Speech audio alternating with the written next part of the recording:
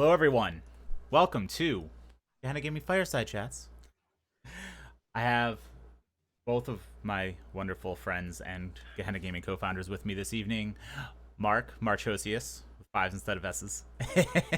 Fives instead of S's. I'm still hunting that official Marchosius Twitter account down. That never They tweets. haven't tweeted since 2016. Say it every time. Report them. What did you say? Report them. I have. I said that they stole my identity. That doesn't fly. And of course, Rick Duff Malkavian. Nobody wants Def Malkavian. I'm sure someone wanted Ravnos, but tough. Well, no, probably not. No, probably not. No one wants to be a Ravnos. Anyway, tonight, Even you would have taken Gangrel if you could. if they were my favorite clan when I created my Twitter account, the week Twitter was created, yes, I probably would have done Gangrel. But at the time, Ravnos was my favorite clan. Oh my, Still how cool. things change. Can I also say that ever since I've been using the handle Marchosius, I've had some interesting people sliding into my DMs. Because of the Demon Association. Well, I've had a few people interested because of the Demon Association, because it's obviously from the Goetia. By the way, the 10th anniversary of Michelle Belanger's Dictionary of Demons is coming soon. Saw that. Very, very soon. So keep watch for that. But some people interested in that and asking me as if I am said demon, which is flattering. That's kind of fourth wall breaking. Kinda. And there's apparently also I guess like a furry overlap, because I've had a couple of interesting DMs from those. So they found you out. Interesting. So your persona is a wolf with a scorpion tail and Yeah. Snake tail and Snake who tail. vomits fire. I Apparently, mean- there's also a furry of the same name. I mean, that's a pretty rad persona. Okay. kind So embrace it. of, kind of. Yeah. It's the furry part that I'm more concerned about than anything else. It's fine. It's fine. We don't judge. They seem harmless. So But the furries yeah, or me? the furries. No. Yeah. That said, tonight's topic. I like how you're both wearing Gehenna Gaming shirts, and I'm wearing a Wormwood shirt, by the way. Gehennagaming.threadless.com to get the family shirt, or the live. What is it? The Live, laugh, Diablerize. Diablerie. Diablerie, yes. Sorry. Yeah. It's technically grammatically incorrect, which only drives So, me insane. And no I one wore else. this- I love that it's grammatically incorrect. It's the best. I know you do. I wore it to a beach at a lake day I had with the family, and some teenage kid was like, "Dude, that shirt rules," and I'm just like, "Thanks. I don't know if you know what this is about, but all right." That's so good. He might probably. I Right. mean, he saw the bat. He saw Diablerie. Maybe. I mean, is that word applicable to any other? Yeah, I'm sure, I don't know. but not like I've pop never- culturally. Never heard it So he's anywhere outside of he's Amber. probably a VTM fan Mhm. or Requiem, maybe, although less likely. Well, he should have chatted with me about it then. While you're with Could've your nerded out. family at the beach.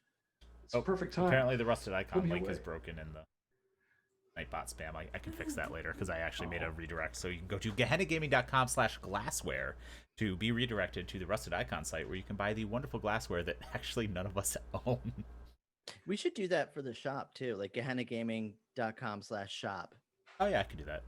I Yeah. literally had to install a plugin for WordPress to do it, so I can do whatever redirects we want now. Anyway, no one cares about this except for us, and we can talk about it on our own time. It is Slice of fireside life. chatty. They though. love it. It's fireside chatty. It So is. I've got my tea ready with my Kiss Me on Monday cup. okay, Just derailing this Boo stream hiss. every step of the way. tonight's topic we are talking about Dungeons and Dragons, which we never talk about Ever. because Rick's never played it. It's not my favorite system, although I've probably played it more than any other, just because that's what other people enjoy playing. And Mark, I actually don't know if you've played D&D extensively. I've played a lot of D&D. Okay. I've played it very extensively. I've played third ed, 3.5 ed. I've played god awful fourth edition, and I've played fifth edition quite a bunch. But we're very, I mean, we're very into horror tabletop, and Yes. D&D tends to, Not really well, be hoary. sometimes Horror-y. Or adjacent. Yeah. It can be horror adjacent, but it's not exactly, typically. It's kind of hard to associated with horror. capture the same tone and suspense that you do in a game like Dread or Ten Candles, or I could keep going. So, but Not to say it can't be done. it can, We're here. which is to say it can be done, which is why we're here. So tonight we are talking about running horror games in Dungeons and Dragons, specifically how to capture the same, suspense and terror that you would in a horror game, which is not always easy to do in a dungeon crawl, and how to run a D&D game that's not a dungeon crawl. One of the things we're going to be highlighting tonight is Jeff Malkavian's lovely background. The Red Opera, which actually launched on Kickstarter today, which we are... Also, Mark's background, although his is not properly centered like Crix's because he just changed it on me. We are lucky enough to be getting to preview next Saturday with one of the creators, Rick Hines. So if you are interested in learning more about the Red Opera, we will be discussing it this evening, but you should tune in for the one shot that we are all playing in with our friend and also fantastic TTRPG writer Crystal Mazer.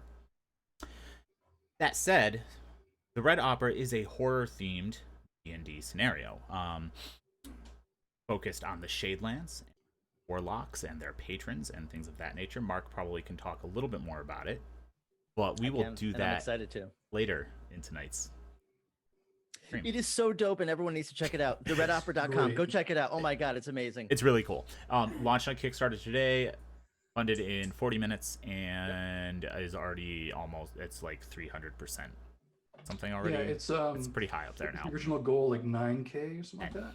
10. And they're currently up to 23. Yeah, so it's double already, which is pretty cool. It is inspired by a metal concept album / rock opera sort of thing by the band Dia Morte. And a lot of cool people are working on it, so you should check it out. And if I type, pretty sure I did this one right. Oh wow, Bart. Or you could just do this, and boom, there's a link to Kick. Oh, you're good. You like programmed this thing way before. I do. It's like you're a professional. It's like I'm a Twitch producer. It's kind of like you do this. I was gonna say for a living, but that's not. We know that's not true. Not yet. I have a day job, but not we yet. all do. Wow. That said, I want to talk about running horror games, running horror D&D games. So, Yes. Rick, I'm actually going to start with you because you've never played D&D. This is true. And I want to know why. I don't know. This is so. It's super weird. In Ian, every time I'm like, hey, I'm stopping into another comic place, you're like, why does New Hampshire have so many goddamn comic and game stores? There's like 30, and there's true. 3 in the greater metro Boston area. I'm like, yeah, we've got a ton. So I don't know what it was. I mean, my friends and I growing up, no one played it. No one was into it. It was just happenstance. I think I had one friend that ran it, but he just did other stuff when he was hanging out with us and never tried to really rope us in. I think he was running it at like Boys and Girls Club. Yeah. And he probably needed a break after running it for like younger kids or kids his own age. So he didn't bring in a ton of other people. He's still running to this day. I tried to play when I first got interested in role-playing games like 2003-ish. But it kind of fell apart during character creation and didn't pick up again. Are you saying like you created a character? This is common. Where you Yeah. create a character, you sit on it, you fantasize about it, you create an entire story and backlog of awesome adventures that your character would have had if you were to actually roll the dice, and then getting together to actually play the darn thing never really happened. Right. I don't even know if I got to the stage of like I'm making a backstory. It's like literally I was learning how to put points on a page. I think it was pre 5e. So it was 4th edition. Ooh, And I that's a remember it hard being one. super complicated. Right. But when I first started getting back into role-playing games after my like vampire fix and my little break, I figured there was no one in my area that was going to be playing vampire for some reason.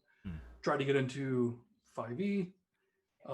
Once again, tried to run with a pair of brothers, 2 different brothers this time. Same thing. They fought, didn't work out. Searched for vampire players and found people. Yay! Yay! I know who those people are. Yeah, Ian's one of them. So, Well, but there are cooler people than me, but yeah. But I ended up like, I've got a pretty good White Wolf and other role-playing game library going. And every now and then I would still pick up, like, when I first became a storyteller for Vampire, I picked up the Dungeon Master's Guide just because I figured it'd be great. I mean, Vampire only really has like a couple DM books, as far as how to run the game.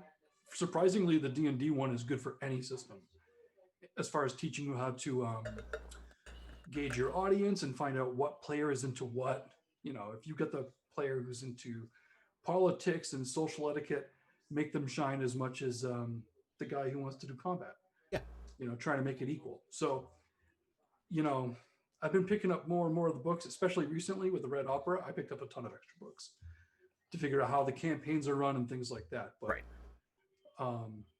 But no, it's been good. I want to play. I'm very excited to play. This is going to be a fun game on this Saturday. Oh yeah, it's going to be so good. I'm also excited to see the juxtaposition between your characters.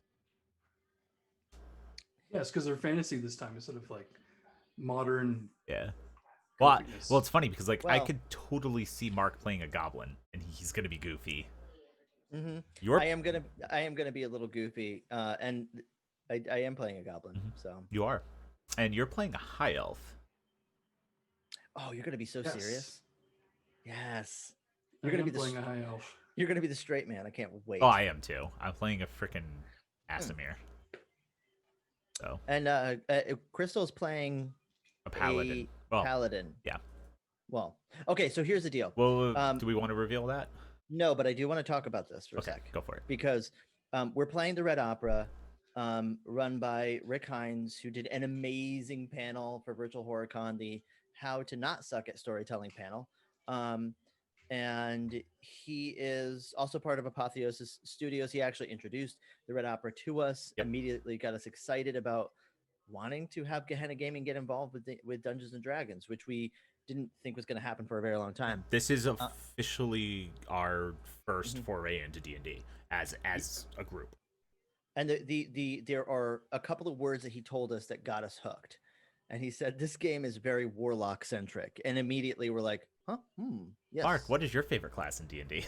It's Warlock. It always has been. Ian, what is your favorite class in D&D? It's fucking Warlocks. So... And, even me being interested in the game, that and Sorcerer appealed to me right away. Oh, yeah. Even though spellcasting seemed really complicated, I was going to start with, like...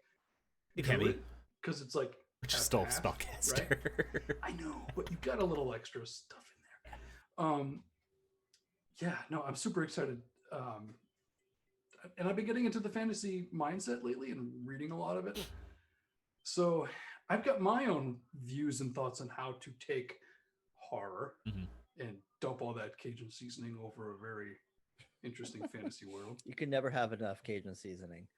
I made Cajun healthy fried rice for dinner tonight. Delicious. It was really good.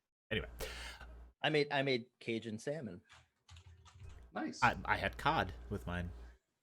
Yeah, I want a po' boy, but I can't have one because I'm not eating bread right now. Anyway, so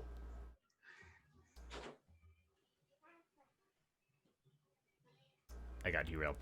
Also, Okay. I know one of your kids Ian. just walked in the room, and I was going to ask you a question, so I was waiting. That's okay. We're just gonna let it roll. Let it ride. What is your experience with D&D? So D&D is the first tabletop game I ever played. Back in... How old are you? I was 12. Okay. No. Maybe 10. I was young. I was pretty young. But this would have been... I'm not going to say the year. Anyway, because I'm old. I got into 2nd edition, so Advanced Dungeons & Dragons, with a friend of... I just see hands coming up on Mark. With a friend of mine. We just played one-on-one. He ran a game, and I played the stupidest character I could possibly think of because I was like 10 years old, which was a ranger druid multi-class that was like half water elemental, half human, but then like no, a half water elemental, half elf, because it was a half elf, but it was half water elemental because that makes sense. And then he revealed later on that my father was actually a dragon polymorphed into an elf.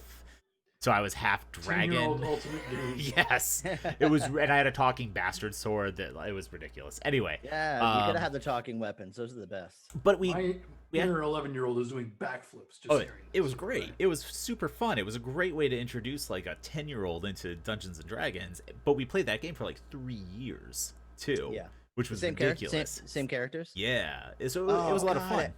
At 10 too, that's a great age to get into Dungeons and Dragons because you're like running around or biking around the neighborhood and like you are your character. When you're not, even when you're not rolling dice or playing, it's like you kind of have these little kid LARPs. Oh yeah, that's dope. It was wonderful. So that was my introduction to D&D, and then I got introduced to Werewolf and like never played D&D again until college. So in college we started playing 3.5. And up until this point, I had also never run D&D. So I was playing with a really good group of friends where we would rotate every scenario. So we were playing a long campaign, but every scenario, so not every session necessarily, but every like end of an arc, we would rotate DM. And a different player would take his character would become an NPC, and he would take over DMing, and we would just rotate around. So like every 2 or 3 sessions, we'd switch DM. So when it came around to my turn, I wrote a horror. Well, we happened to be in the Underdark, so I wrote a horror themed scenario that ran for 2 sessions where they got attacked by illithids, mind flayers, and like were vastly out leveled by them at that point. So I was having them I'll do all this like mind control, mind fuckery stuff, rather than having them outright fight them because they just were polished. It was really fun. So my first time running D&D was actually a horror game. That's cool. Just like and in pure Ravnos from there. In pure Ravnos fashion, you said, "I'm gonna DM this game, and it's gonna be Call of Cthulhu." Yeah, I mean technically there were tentacles involved, yes, but no, it was. I was pretty into the Forgotten Realms fiction as a kid because I read a lot of fantasy. So I'd read a lot of like the Dritz and R.E. Salvatore books, so I knew a lot of the lore about the Underdark, and I was able to just pull all that Drow lore and stuff about illithids and mind flayers in. So it was very based in D&D lore. It wasn't like me just going, "I'm gonna slap this system on top of Call of Cthulhu." No, of course not. But you know what's funny about those books is that I read them before some of them before I even played. Oh, I did too. D&D. So I didn't know, like I didn't make I just thought they were just fantasy books. Same. Yeah, I read the first 3 Dritz Stewart books and like most of the Dragonlance series before I like played Dungeons and Dragons, and I got into Dungeons and Dragons because of the Baldur's Gate PC game. So. Which that will date when I started playing, because it was when it came out. The Baldur's Gate game when we had dial-up. Not even. Well, yeah, some people had dial-up. I didn't. Yeah. I certainly didn't. I didn't even have internet yet. We were a very technologically advanced family. I lived in the boondocks of upstate New York. Oh yeah, it would take a while for. Dial up was like 4 kilobytes per second. Anyway, Did you guys have an outhouse? I'm kidding. no. Sorry. I did live in a barn though, technically. I lived in a like a refurbished barn house thing. Yep. That's pretty cool. yeah, it was an it was technically it was a broom factory. It was converted into a I don't remember what duplex with an upstairs and a downstairs apartment. You lived in a broom factory? That's very appropriate. I grew up in a broom factory. I love it. This is That's my awesome. life. And the Fireside Chat is just about Ravnus's life now. Do you have like or does your family have like one of the old brooms? Because sometimes in like older houses that used to be things. Tell us about your mother. No, it was an apartment. Oh, okay. It wasn't like you're like, I found this broom. It's haunted. It's haunted. Yeah, it was someone was murdered with this broom. No.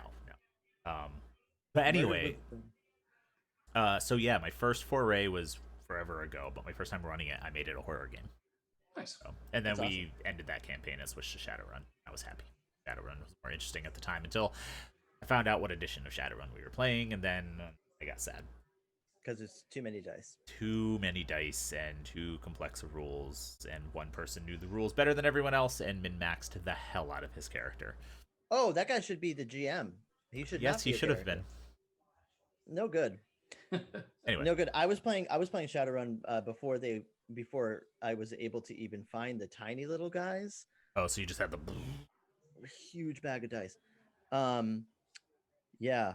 Well, D&D, D&D has a very obviously it's extremely popular right now. We're in this age where everyone's a nerd, and thanks, when Critical Role.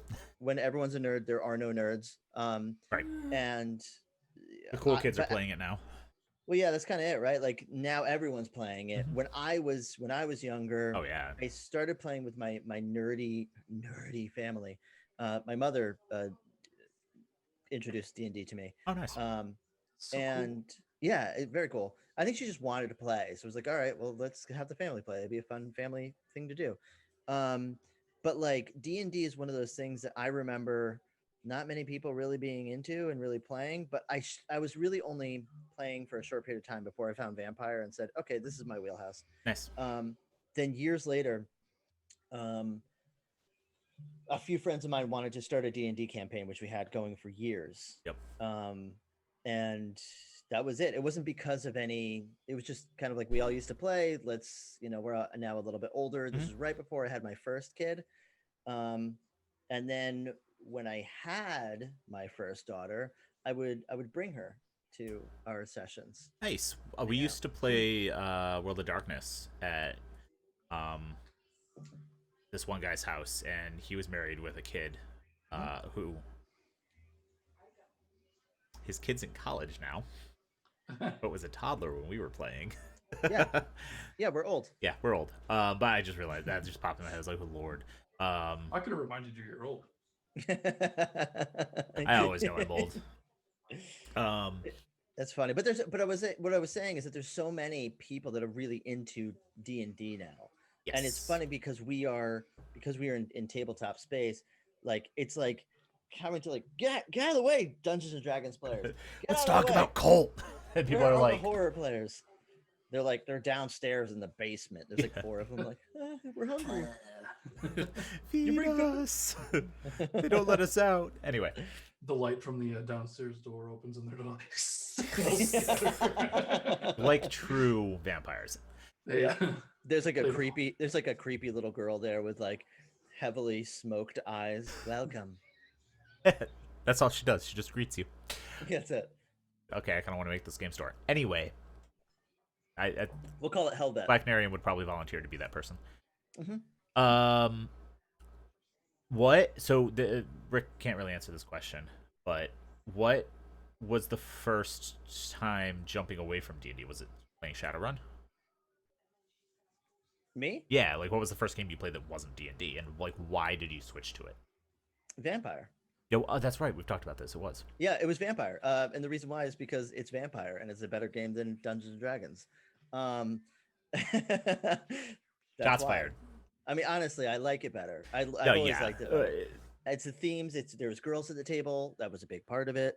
that there were like it was very inclusive, and also I was a teenager, so girls being at the table was a cool thing.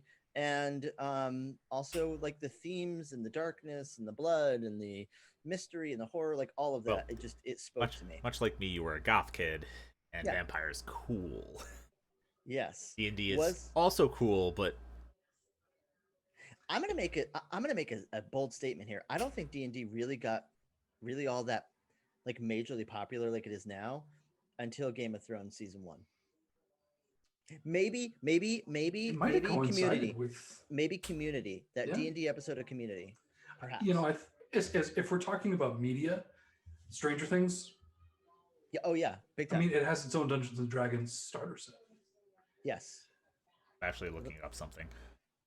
Because I remember there was a Community episode of the D&D episode of Community, but I don't remember if Game of Thrones was out before or after that. Counter argument. Yes. Started getting popular right around the time, and this isn't based on it, it's based on World of Warcraft, but the Guild.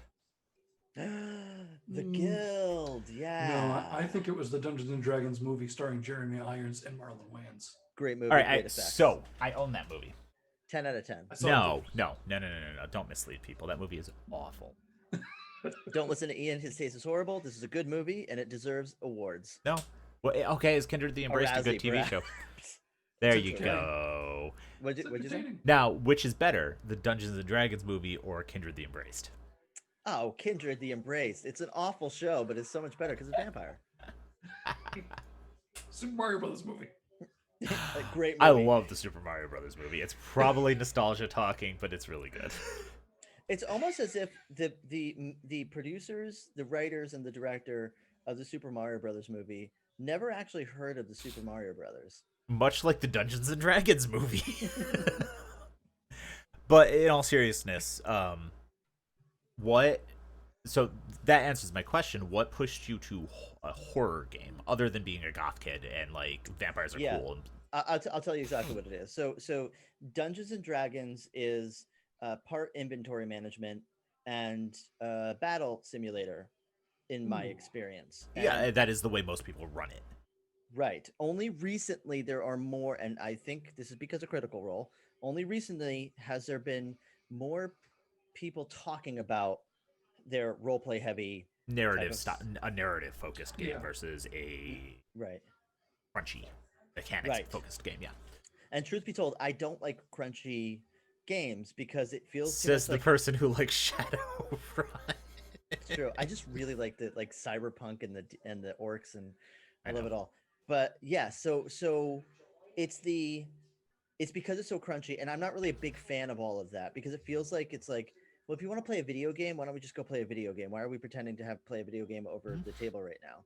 Oh yeah, Well, and I'm excited to play D&D though because it is a little bit of both. Mhm. It's like, man, there's some really cool stuff. Like, and I don't want to get too focused into like, when I get level 2, I'm definitely choosing this. Mhm. You know, it's just that I know I have something excited to look forward to. You know, Yeah. and I'm excited Yeah. to role play in that fantasy world. Yeah. You know, it seems like when you're talking about like action heavy games, especially in that genre, I was a big fan of Diablo. Mhm. Yeah. 1 Oh, and same. 2. You Yep. know, 3 is good. Maybe it's just classic stuff. I love 1 and Yeah. 2. But you know, I recently picked up Divinity Original Sin 2. Yeah. And that's a little bit Diablo-esque, but it's super D&D heavy in far as response options and story. And the story in those kind of games is what really draws me. You know, we mentioned Game of Thrones and different media influences as far as when D&D got popular and the R.A. Starbury books. I read Wheel of Time and a couple other fantasy series like same. that. So I mean, things like that are what's drawing me into playing D&D and being excited about it. Yeah.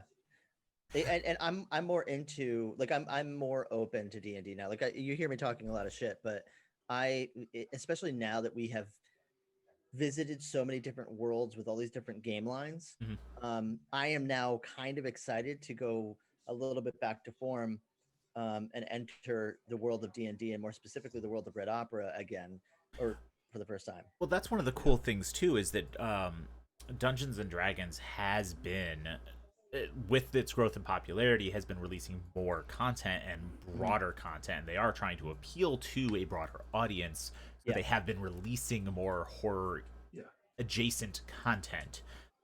It'll never be horror in the same way that a game like Kult or Ten Candles or Year's Bride or Vampire. I don't want to say the rest of World of Darkness, but Vampire is. Yeah. But you do have like Curse of Strahd. You have which is very horror. It's like the quintessential horror D&D. Exactly. And you have there's which I've never played, by the way. I actually have never played Curse of Strahd either, and I've heard it's really cool. We should have someone run that for us. And then there's Tomb of Horrors. I had to actually Google it. I was like, Dungeon of Horrors? Yeah, that was one of the first. That came before Curse of Strahd, and it's the old. It is. Right? It's not. Tomb of Horrors is interesting because it's not. You can run it as just not horror at all. It's just dungeon crawl. Is that the one with Tiamat? No. No, I think it takes place in Chult. You're gonna make me Google. It's this dinosaur island, but it's got the lich looking guy in the cover. Yeah, it was the original module was for like written in 1975, and it's about a demi-lich Acerak. Yep.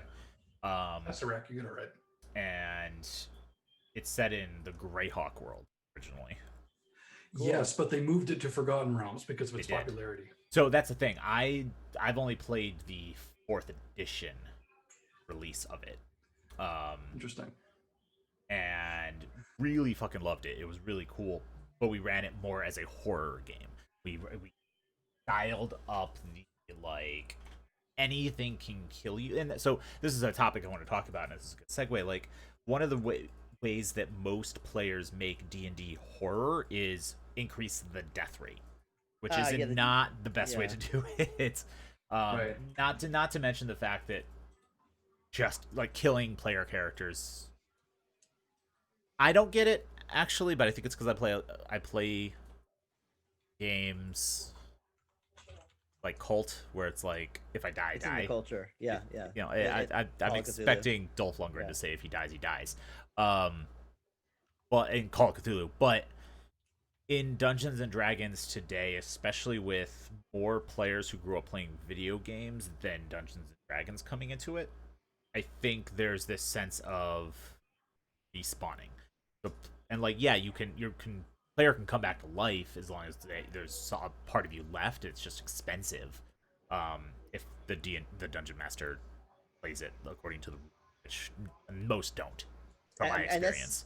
And that's with D&D too. Like most games are homebrewed. Like I think of when I was younger, I played modules, but I mean most D&D games that I've played in or heard about, it's always a completely homebrewed set of rules, typically, or a completely homebrewed. I've never played homebrew. Well, I've definitely played homebrewed rules, but usually homebrewed setting over rule.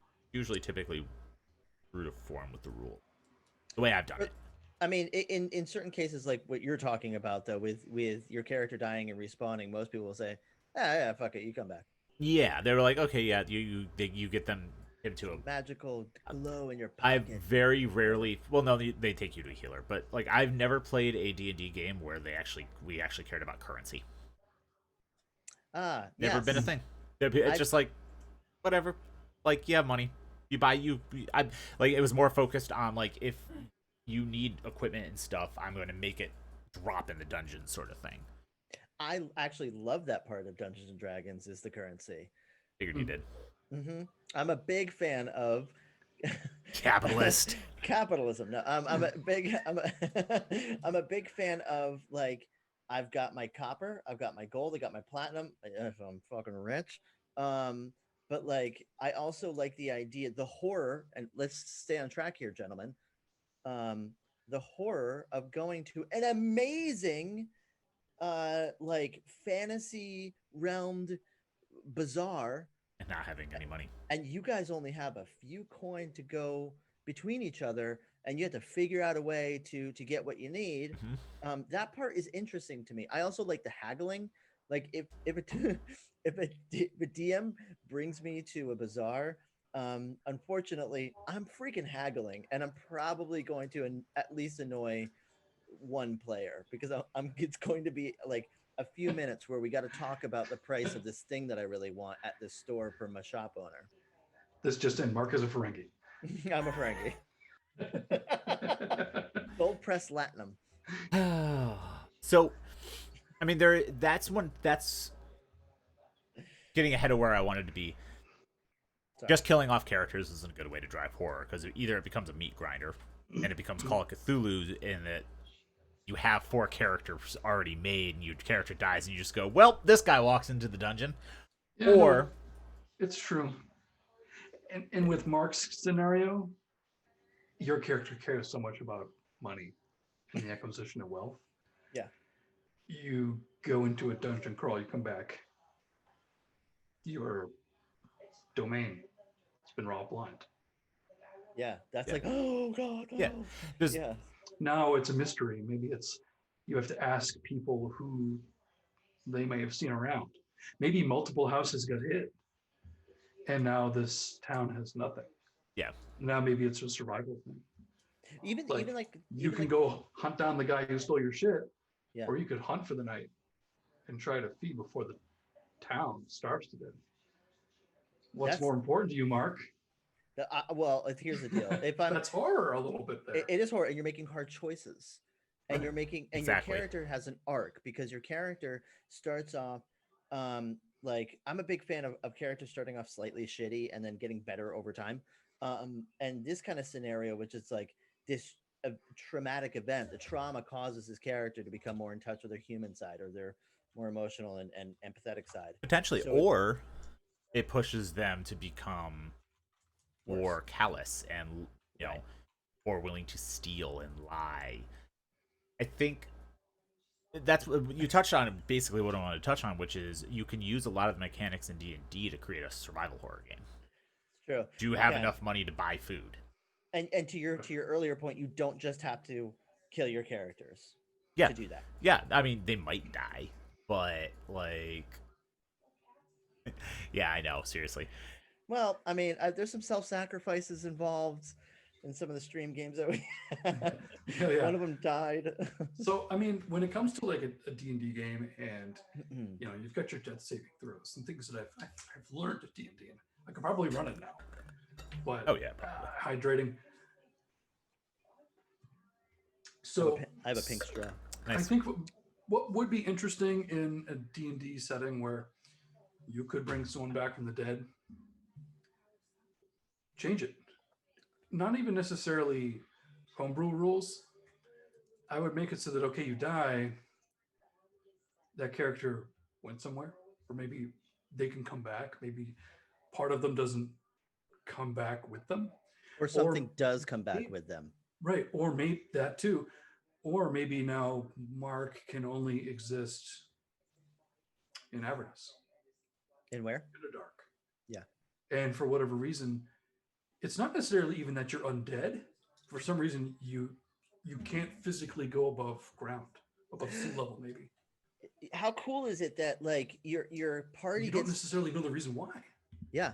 And how cool is it that your party has faced a pretty insane situation that kills one of your characters, and all the players are like, oh, the GM accidentally made this part a little too powerful for our level. Mhm.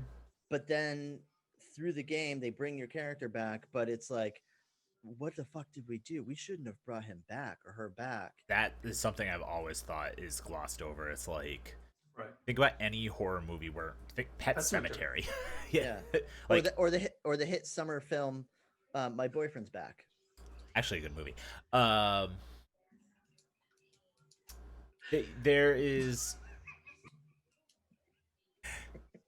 There's a lot of things you could play with that to make it personal horror, body horror, survival horror. Mechanically, I'm trying to keep a straight face here. Mechanically, D&D does set itself up to be played as a horror game. Just have to shift the tone.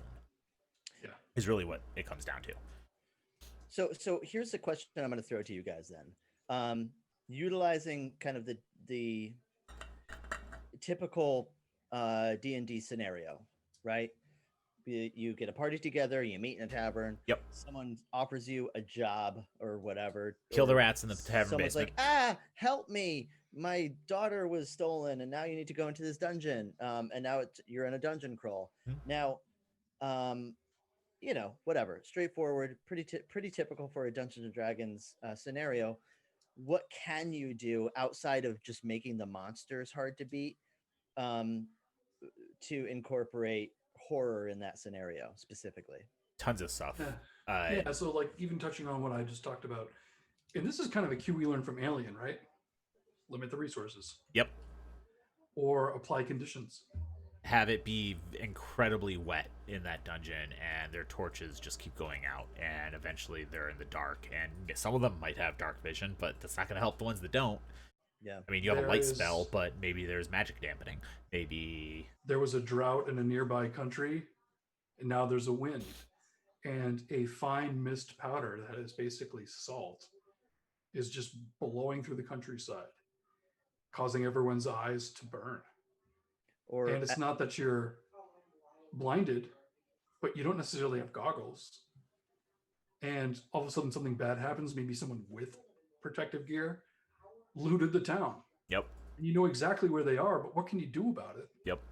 If you can't get there and see, how do you get around that? What if they're malicious and it's a serial killer who's finally has the cover to kill people that have bothered them their whole life, and he can get away with it because no one is watching? That's what. Yeah, I mean, one of my favorite tropes: cults, cannibals, cannibal cults. Cannibal cults. The people are already salted. That's true. Yeah. They're already marinating.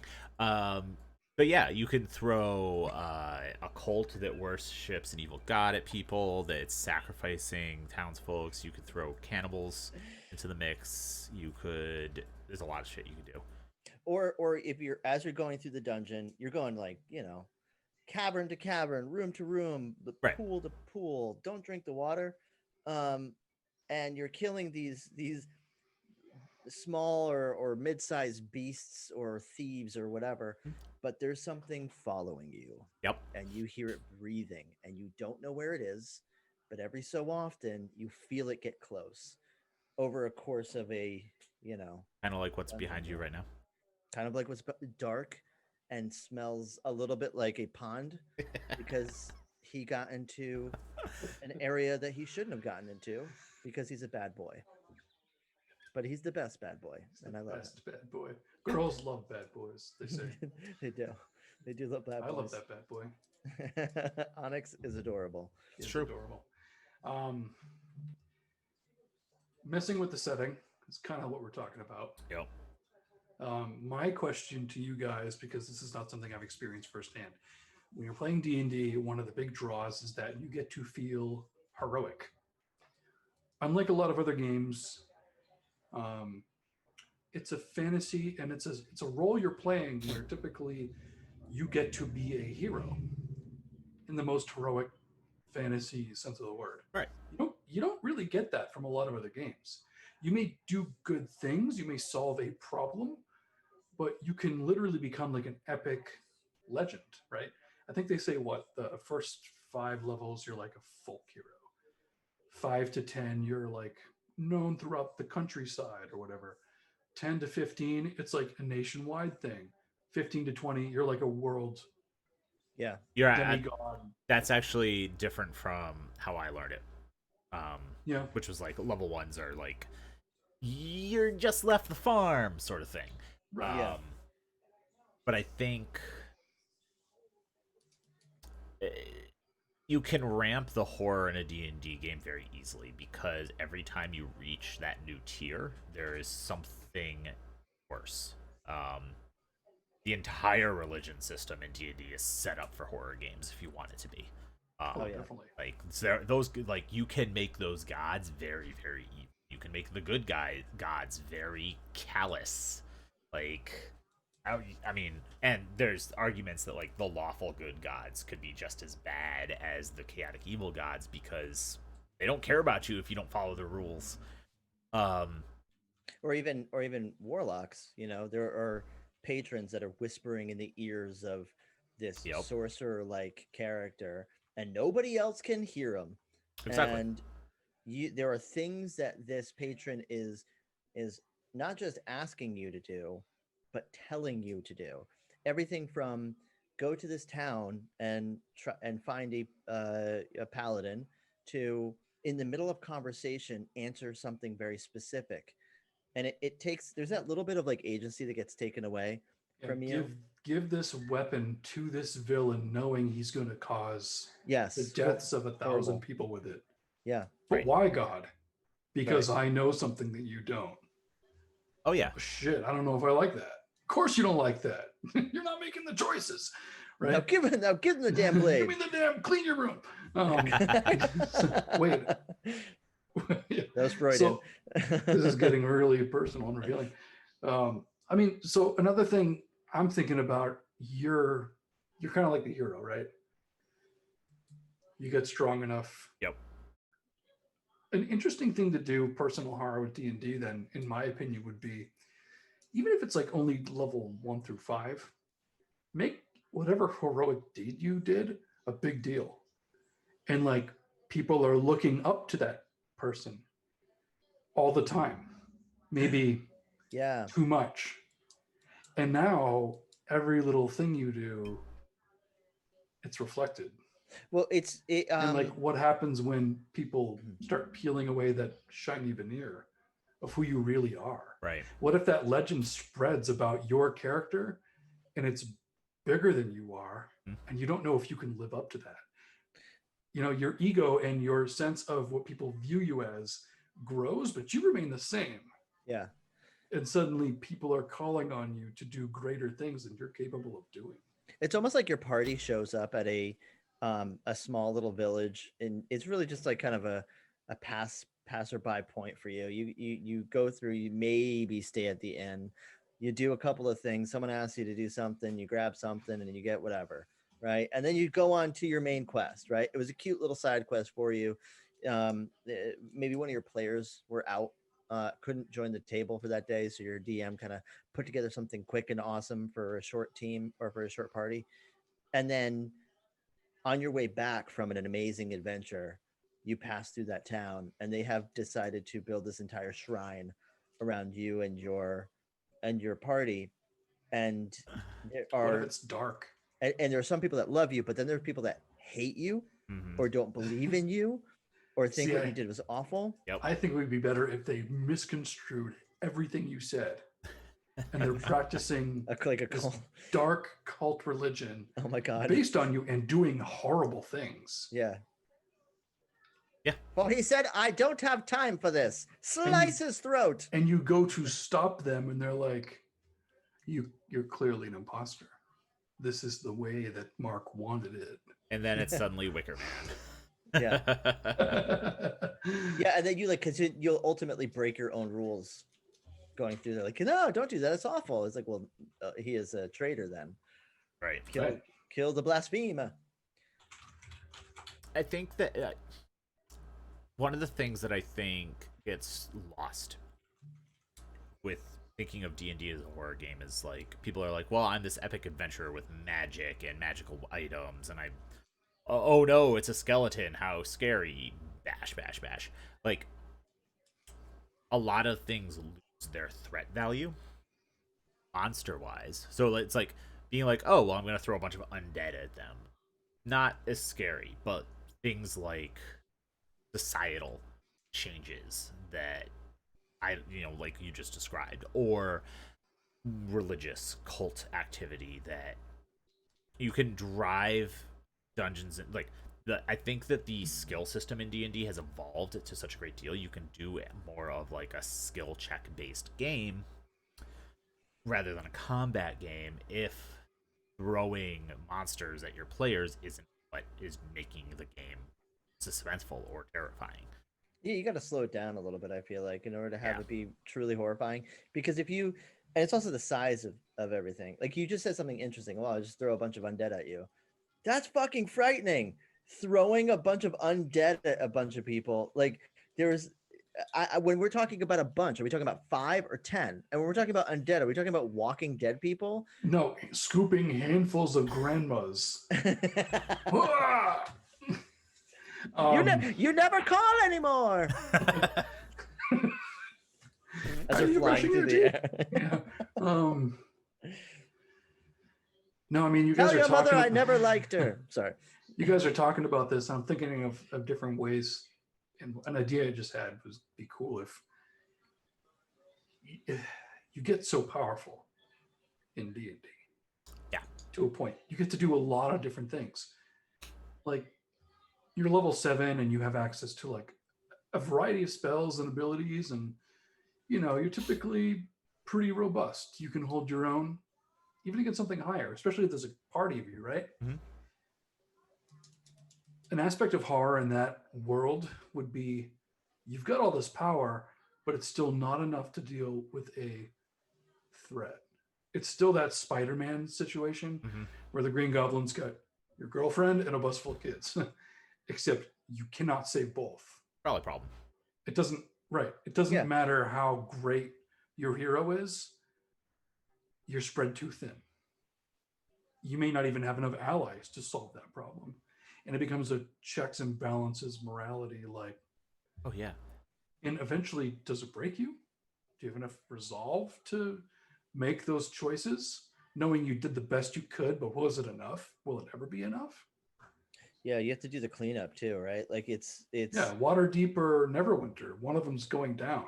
There's a threat coming to both. Yeah.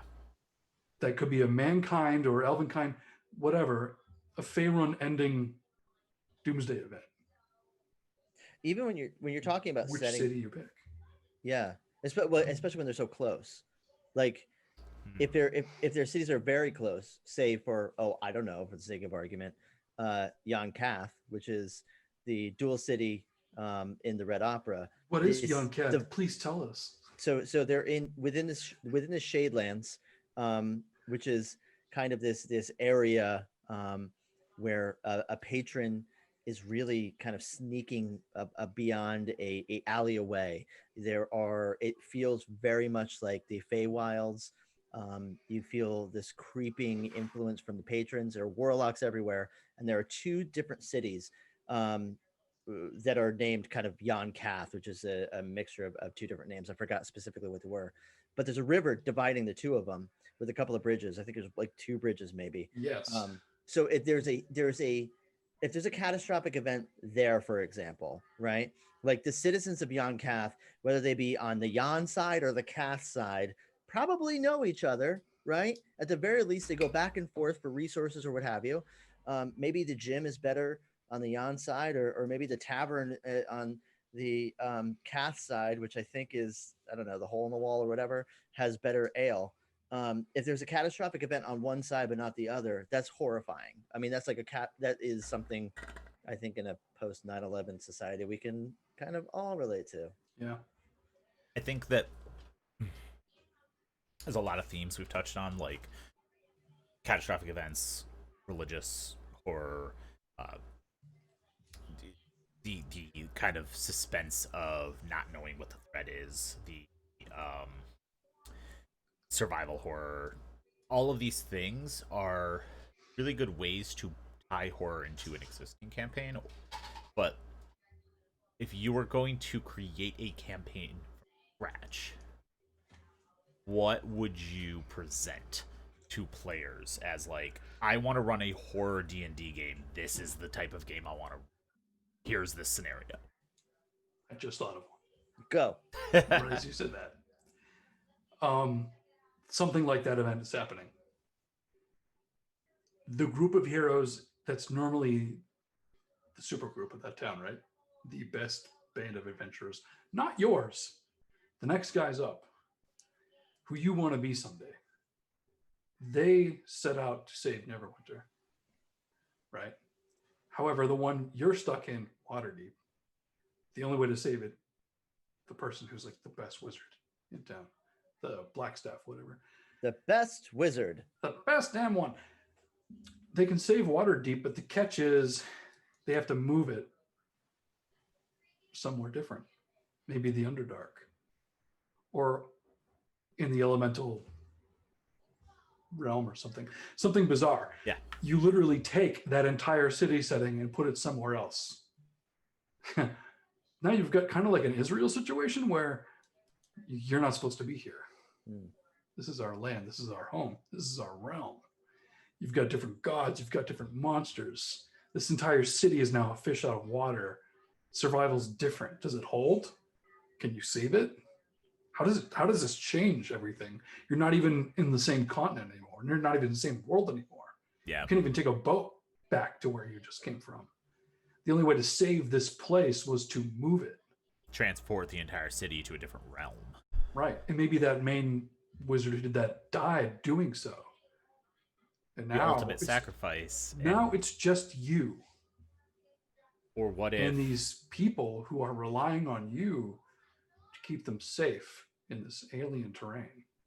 And you could also do like a, what if he died doing it, but like... Fucked up. It didn't take 100%. Can you finish it? There's people like trapped in limbo in between the realms. Like, can you save them? Do a lot of interesting stuff with that. Even discovering like hire us. even discovering this years after it was attempted, and things are stuck in this kind of like liminal halfway point, almost like kind of having this like lore about all of the. Maybe we should stop talking about this. Maybe we should write this. Tune in next week. We're about to go get drunk. Not really. We're writing something great. I do want to read something that Voodoo Arcade, yes, hi Voodoo it was Arcade, a great comment. Voodoo Arcade has commented. They said, this is such a good point, especially in D&D. Sometimes my players know the mechanics so well that they don't get scared at monsters because they know how to handle those. It's the situations or the choices that they have to make that can really drive the horror. I put my players in a blockade city, and they would go out to do missions, and each time they come back, the city has less people, and they would see the remains of those who starved waiting for them to help break the blockade. That's dark. Super dark.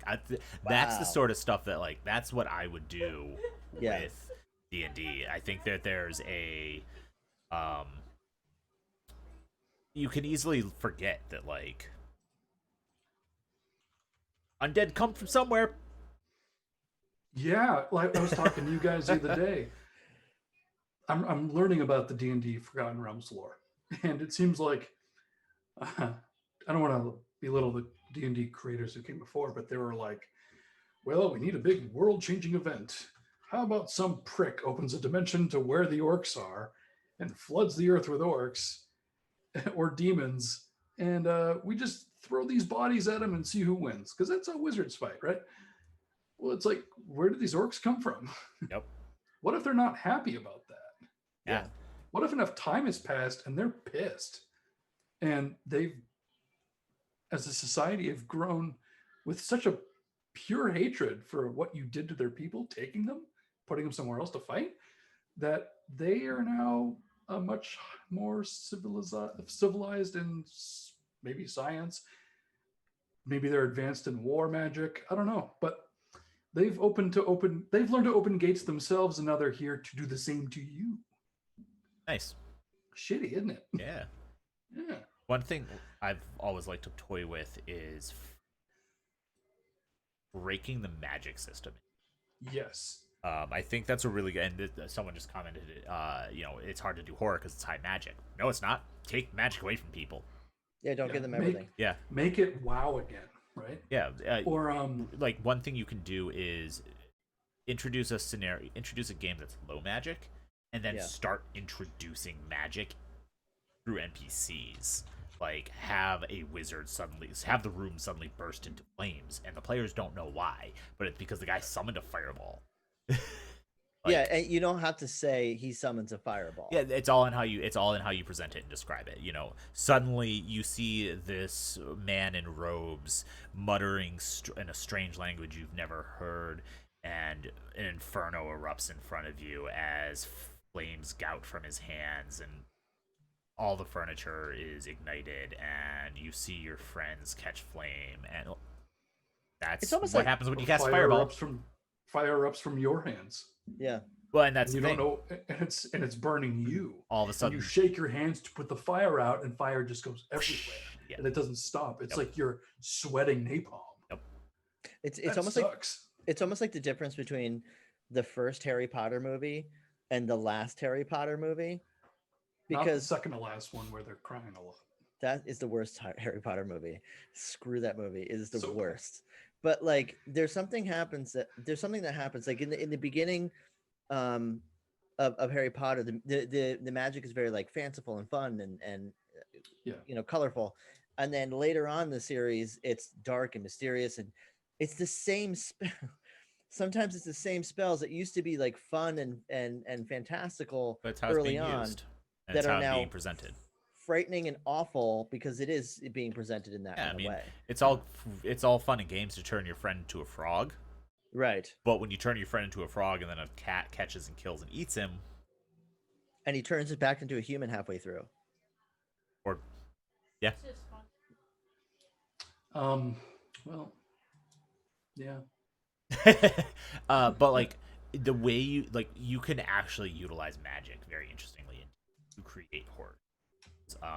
Not running a low magic scenario and then slowly leaking magic into the world, or starting a normal scenario and then having magic vanish from the world all of a sudden for some undiscernible reason. And like the player consent gets tricky here because like you want it to be a shock, so you don't want to like tell them don't play hey, this is gonna happen, because then no one's gonna play a caster, so they dive. But you want to say like, a good way you could introduce that is, I am going to introduce things that mess with the core mechanics of your class. Yeah, or even Blanket statement. there's no there are specific classes you cannot pick, and then you wouldn't necessarily have to worry about that.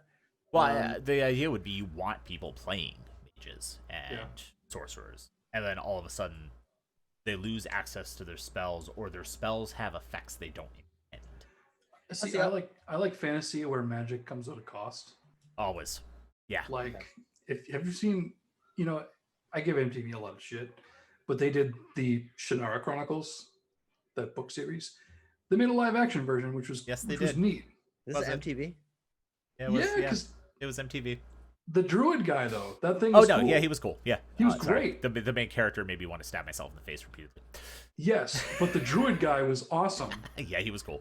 Where every time he did magic, or most times, it would like burn a rune into his flesh, and it looked like it was awful. Yeah, like it was really. I don't really want to do magic, guys, and he'd have to like go heal. Yep.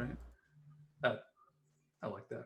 I would like to see a druid in a place that was polluted, and every time they go to do something nature-wise, it's fucked up. We're dying.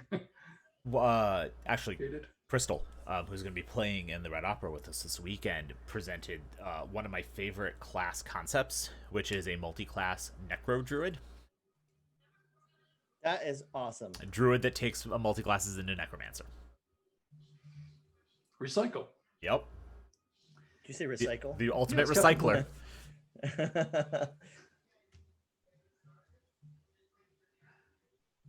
So, I think I have an idea. Yes. I was gonna say I'm trying to like secretly chat it to you, but fuck it. I think that we should play the Red Opera Kickstarter trailer as a quick break. I agree. Yeah, I was actually going to recommend we take a break soon, although that's going to screw me up because I just made some wonderful changes to our break screen. That's okay. I think it's appropriate if we show the Red Opera trailer. Yeah, we should definitely show the Red Opera. Let's take a short break. I need more tea, and I drank a lot of water today. Well, I'm gonna roll the Red Opera trailer, and then I'm gonna throw our Be Right Back screen up, and then we'll be back in a couple minutes. But you should definitely check this out. It's gonna take me a second to switch. Actually, I'm gonna do those in reverse order. I'm gonna go to Be Right Back, figure out how to load the Red Opera trailer, and play it. That's what I'm gonna do. But yeah, and then when we come back, we'll talk about the Red Opera because it's really cool, and I know Mark is really excited to talk about it. I am. Don't go anywhere. This is gonna be really fun conversation. I can see it in his eyes. We will be back very soon. Don't go anywhere.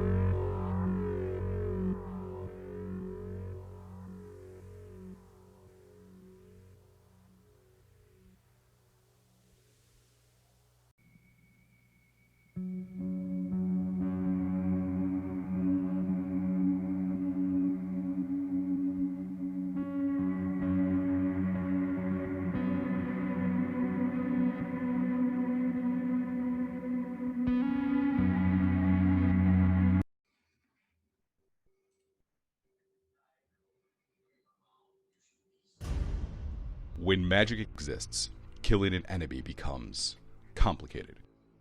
Necromancers fiddle and foil assassins' plans. Healers treat the poisoned and cure the disease. Even those pesky druids have gotten into the game of reincarnation. To what ends? To fuel a cycle of revenge and war again and again. Let's not even fathom how difficult it is to kill a god in such a world. In our world. Ah, but you've thought of this, haven't you? To kill a king, to slay a dragon, to eliminate a deity and claim their power for your own. The Shadelands can provide these things to you, adventurer, and so much more. Warlocks from across the plains have made their pilgrimage to the north, where a veil between worlds runs thin, and the hidden ones offer their guidance at a price. Power, wealth, and fame are easy enough to gain elsewhere, but in the great city of Yonkath, true secrets await. So we invite you, no matter your background or how much hate rests in your heart, to join us in the Shadelands. Come see magnificence with your very eyes, and know what a kingdom ruled by warlocks has brought into your world. After all, the only way to learn our secrets is to heed our call. Welcome to the Red Opera.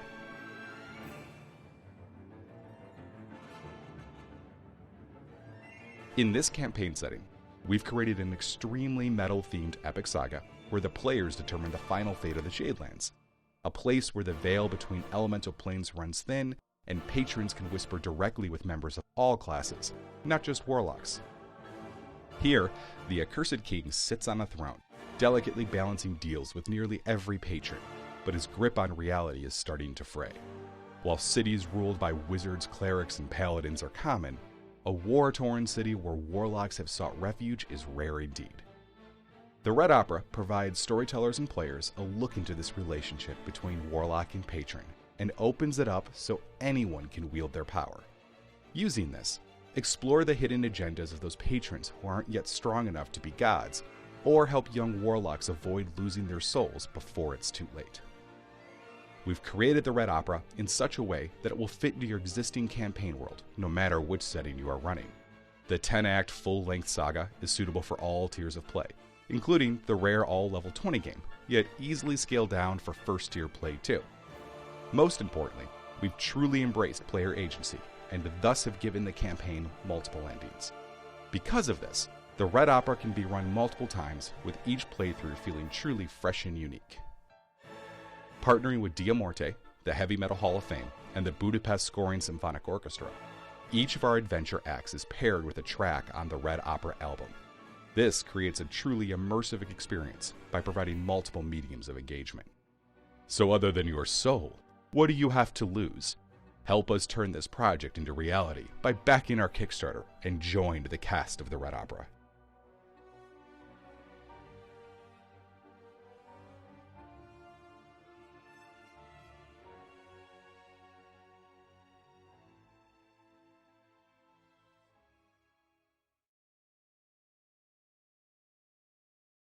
Yeah, so that's the Red Opera. Ooh. I think they did a really good job on that, but I'm so excited to it. So for anyone who's just tuning in for this half of our stream, we are playing a one-shot of the Red Opera, myself, Bartosius, and Def Malk here, along with our friend Crystal Major, who is a fantastic TTRPG writer, with one of the creators of the Red Opera, Rick Hines, this Saturday at 8 p.m. Eastern Time. So if you thought that was cool, tune in and watch us play. It's going to be a blast. We have a pretty cool scenario lined up that I'm pretty excited to play in, personally. Can I just say, too, that like there's a really cool quote from these nerds on Kickstarter page? Yeah, that's awesome. There's a quote from nerds? Yeah, there's some nerds that there's a quote from them on the page. I'm just gonna pull this up here. Transition back to my other screen, and oh look at those nerds right there in the middle of my screen. Hey.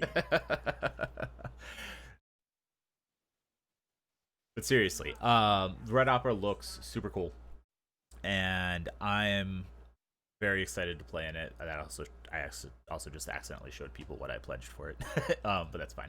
Oh, whoops. And we're going to be playing it, so you get to see it in action. I am so excited for this. The minute, probably that very first conversation when we found out about it, I'm like, oh my god, this sounds so dope. Mm-hmm. And truth be told, the idea for this, I'm surprised wasn't ever, talked about before. Like, there is no realm for warlocks. Warlocks, you were. Warlocks essentially were kind of orphaned in D&D until the Red Opera. So it's awesome to finally have a realm that belongs to warlocks, and a pretty sick realm. I have been kind of gushing over, we all have been gushing over the Red Opera for quite some time, and we're getting ready to play this game on Saturday. Yeah. So that's one of the reasons why we're shilling for it. Also because it's freaking cool. Yeah. Yes. I guess what's the general, like, the elevator pitch of the Red Opera? I mean, the Red Opera is, have you ever wanted to play in a D&D setting? And this is adjacent to many of the other settings. You can pull characters from any. I'm playing a Forgotten Realms based character for this one shot, but a setting where warlocks are kind of the big deal. And it's like you said in the trailer, like there's no cities run by warlocks in most of D&D, and now you have one, and there's horror going on. the patrons aren't necessarily what you think there are. There's new patrons. There's patrons swapping and trading lives. There's people who are you can swap a patron, which is unheard of. Mhm. And then there's a Right, more lot, than one. and there's a lot of messed up stuff going on in this city. It's very heavy metal inspired. It's very black metal inspired to a certain degree. They don't touch on that, but just from reading the preview and the materials that we got to prep for this one shot, I'm like listening to Emperor, getting ready to play this thing. Oh yeah, it's very metal. Very What's very cool, metal. what's cool about it is that you've kind of got these two rifts at the very top and the bottom of this realm, Mhm. right? And you could essentially kind of like in the north where it's colder in the water, there is a giant kind of rift that's ripped open called the Well of Souls. Yep. And it's your entry point into what's called the Shadelands. Um, and through down this river, you go all the way into kind of where these ruins are, and there's another rift and this kind of building that houses all of the patrons and how they come through, called the Scarlet Hearth. And essentially, this city has kind of got one foot in the Feywilds and one foot in the Shadelands, and it's so freaking cool that there's an ability to kind of have this dark fantasy setting where things can get pretty creepy. Indeed. There's even the Mad King, correct? Yes. I don't know if he's necessarily mad. Well, he's trying to TBD. keep everything together To be seen. Yeah. with the way that the patrons interact with the warlocks and this pantheon. And he's trying to kind of like he's almost cut a deal with all of the patrons, right? Mm-hmm. Like when everybody's got their own patron, and this guy's trying to hold shit together in this realm by kind of having this kind of agreement with many. I feel like he's this old man at the docks who's just ripped, and he's got this huge inch-thick rope, and he's pulling in this leviathan onto the docks. He's got the big one. He's not using a fishing reel. It's just, but his muscles are starting to atrophy before him. His hair's falling out, and he's just losing sanity and the strength to keep this together.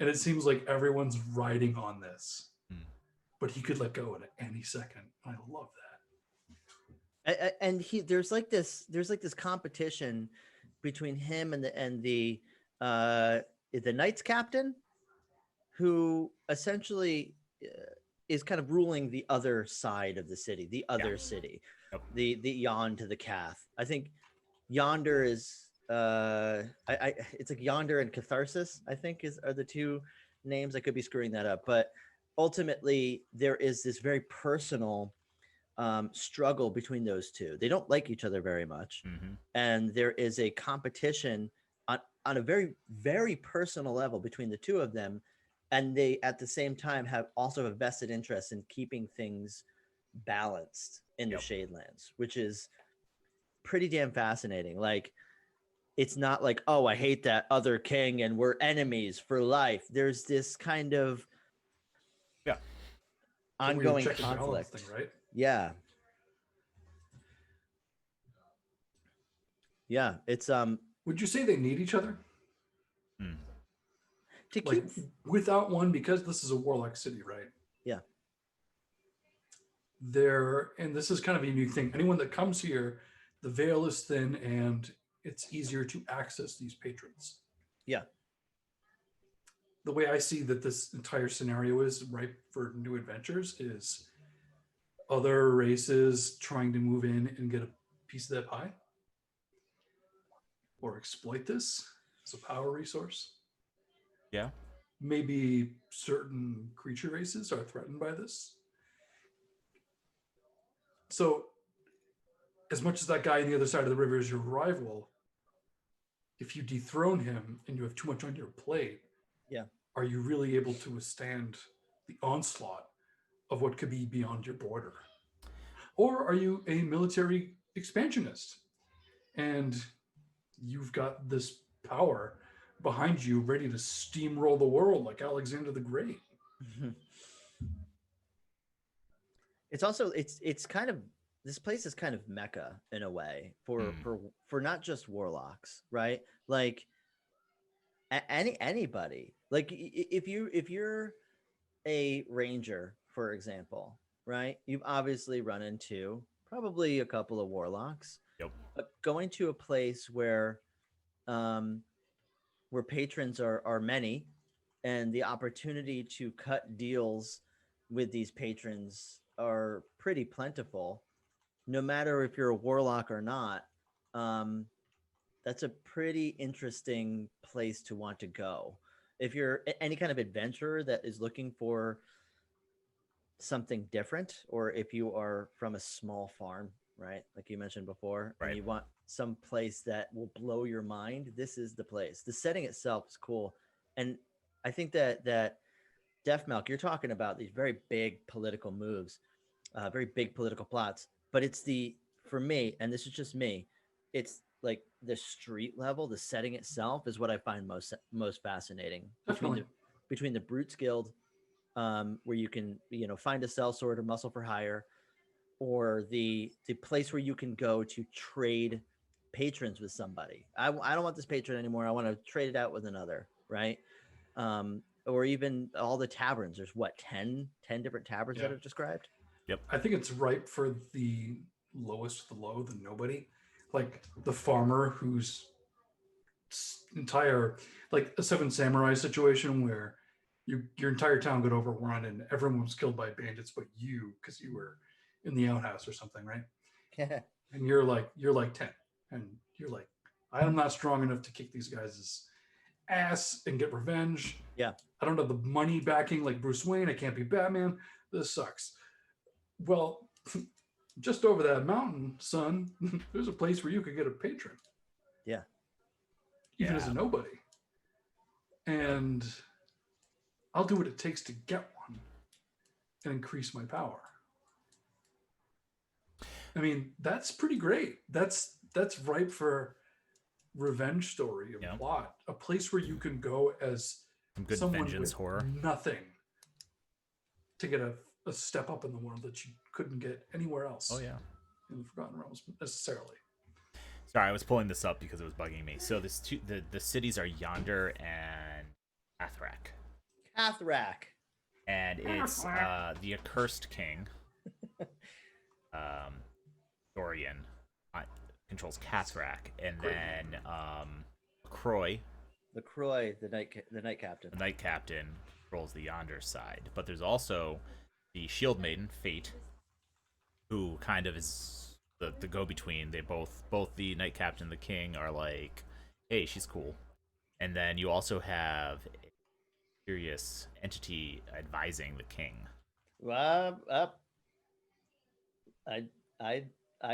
I'd stop there. I am stopping there. It kind of reminds me of like there's so much possibility with this module. There is. It's pretty cool. I think that there's a lot of opportunity to run, like, move an ongoing game into it. Yeah, like you discover run it from scratch. Yeah. Because like there's an easy way to just be like, well, y'all fell through the Well of Souls. Yeah, you're on the boat, you're traveling wherever, and you hit a storm, and all of a sudden your boat crashes. Because, like, as far as I understand, it's upside down, right? Yes. Like you go through, like, if you're looking down, you're looking at. You could have like a whirlpool, a massive whirlpool in the ocean that they get sucked into, and then they fall out of the sky from the Well of Souls into the Shadelands. Or out of another whirlpool, like a little wormhole between two worlds. So I've got some ideas about that I don't want to share here because I'd love to run it. Yeah. Well, that's my question. We pitched the shit out of this game, and everyone's already like, okay, we want to play it. Are you guys like, okay, I want to run Red Opera now, like at conventions or like online for people? I want to play it first. Oh, because we are conveniently. And that's something that I want to get a feeling for, because I also have my own interpretations from what we have all already seen, and it would be great to see it like in game. so that I can either like set what I think or kind of fix my expectations of what the game is or not. Yeah. And take it from there. But that said, the ability to have a party of all warlocks, I'm all about it. 100%. So we kind of talked about Yonkath and different aspects of game. What's the most interesting aspect of it besides warlocks to you? Def, go. Necromancy. Yeah. Honestly, it's the setting. Overall, I think the characters they created for this are great. Yeah. They stick out. They're memorable. The artwork and design, the music, everything about this is really cool. The Shadelands and the setting has so much potential for story, no matter where it's set, right? And you could set this anywhere. I think you can get a lot of juice out of this orange. Oh yeah, I think the setting is my favorite aspect of it. It's different from a lot of what you experience. It's kind of like modern day exploration, where it's like, what are the last unexplored aspects of our planet? It's like the deep Amazon, Antarctica, and like the deep ocean. That's it.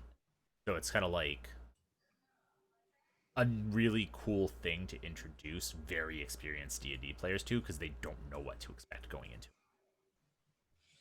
Yeah, I'm probably most excited about that too. And the culture, like, I'm fascinated with the potential culture of this city. Mm-hmm. And at the same time, there's like this air of mystery. It reminds me a little bit of, I guess if I were to put like a film analog to it, I guess like the feeling, it would be like, have you ever seen City of Lost Children? Yes. Yeah. There's this like kind of creepy feeling to that city Mm-hmm. that this setting conveys to me. I am also most excited for the ability of other classes and other types of characters being able to engage with this world and make some real serious impact on the city. Like, it's not just that, oh, the city is always going to be here and everything's going to be fine, and no matter what, and you might piss some people off and you can get run out of town, but whatever. Like, there seems to be, from what it seems here, that you could really make some serious impact on, I guess, the future and prosperity of Yonkath itself. Yeah, I think what you said, along with mixing some of the other classes in with what's going on here, be very interesting. Yeah, that's like you mentioned, an all warlock party would be a really, it's awesome. But coming into this as a barbarian, as a whole different level of, or as a druid who wonders what this is doing for the environment. Yeah, or as a cleric who suddenly can't communicate with their deity. or as a Brutal. Or as a player in a party and you're the only warlock, and as this warlock player, there's only been a couple of times where it really mattered that you had a patron, and now you get to take your other party members, like, welcome to my world, folks. And now there's something about that, because when you play a warlock, and people who do play warlock know what I'm talking about. Yeah. When you play a warlock, it's almost kind of like, oh yeah. There's this patron, this guy, imaginary thing that he talks to every once in a while, and it could be either dark or kind of funny or whatever. But it never really is the central focal point of the party dynamic. And it sometimes is even fallen on the wayside. It's mentioned once in the first session, never mentioned ever again, unless you're making certain spells or whatever. Or unless you ask the DM about it. I want to talk to my patron. Okay. Fuck, what's your patron again? I don't know. What pact are you? Yeah, they whisper into your ear, listen to this man.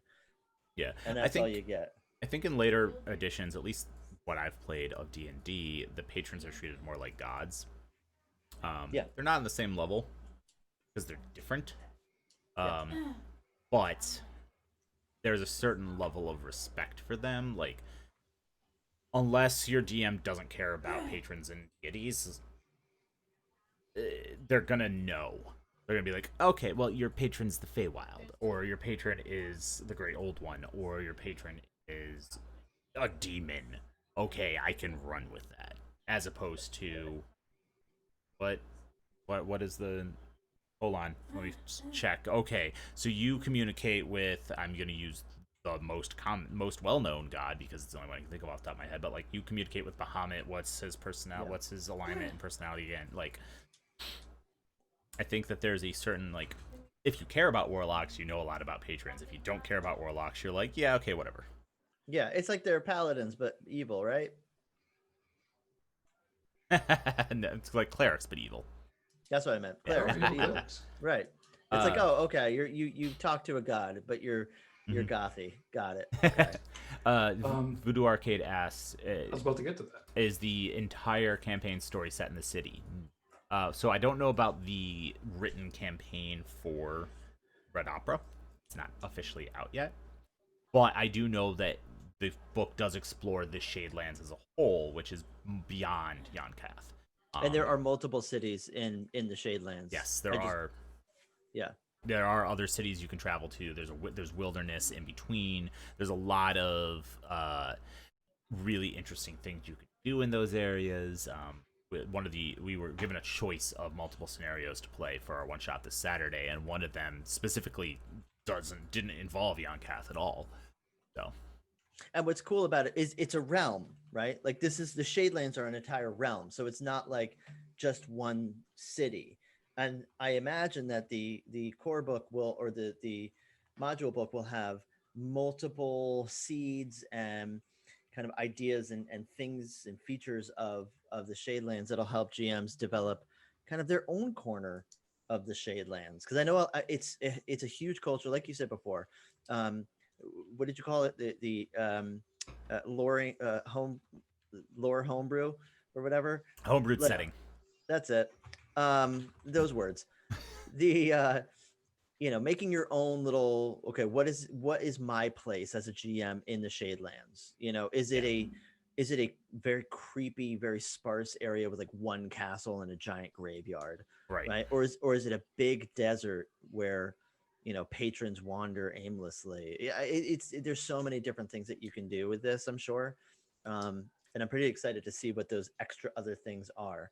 It kind of has a little bit of like American Gods vibe. Oh yeah, big time. Interesting. I didn't see it that way, but yeah, it does to a degree. Yeah. Well, I mean, what did they say? There's a patron that lurks around every corner. Yeah. All you have to do is make a deal with them. So I was going to mention this, and then Rav stepped away for a minute earlier. I wanted to make sure you were here for this because Mark doesn't play as many video games. Yep. The way I see some of the patrons interacting in this is Oblivion, Elder Scrolls. Huh, yeah. The first murder you commit, you wake up and Lucian Lachance or whatever, that Dark Brotherhood assassin, is standing above your bed, and he's like, oh, I like what you did there. You killed somebody. Want to cut a deal with you, bring you in. I imagine the patrons being like that, like, oh, I saw you kick that old woman. I saw like the way you kicked that old woman and stole her bread because you were starving. You want to cutthroat attitude I like, kid. Yeah. Want to make some cold pressed latinum?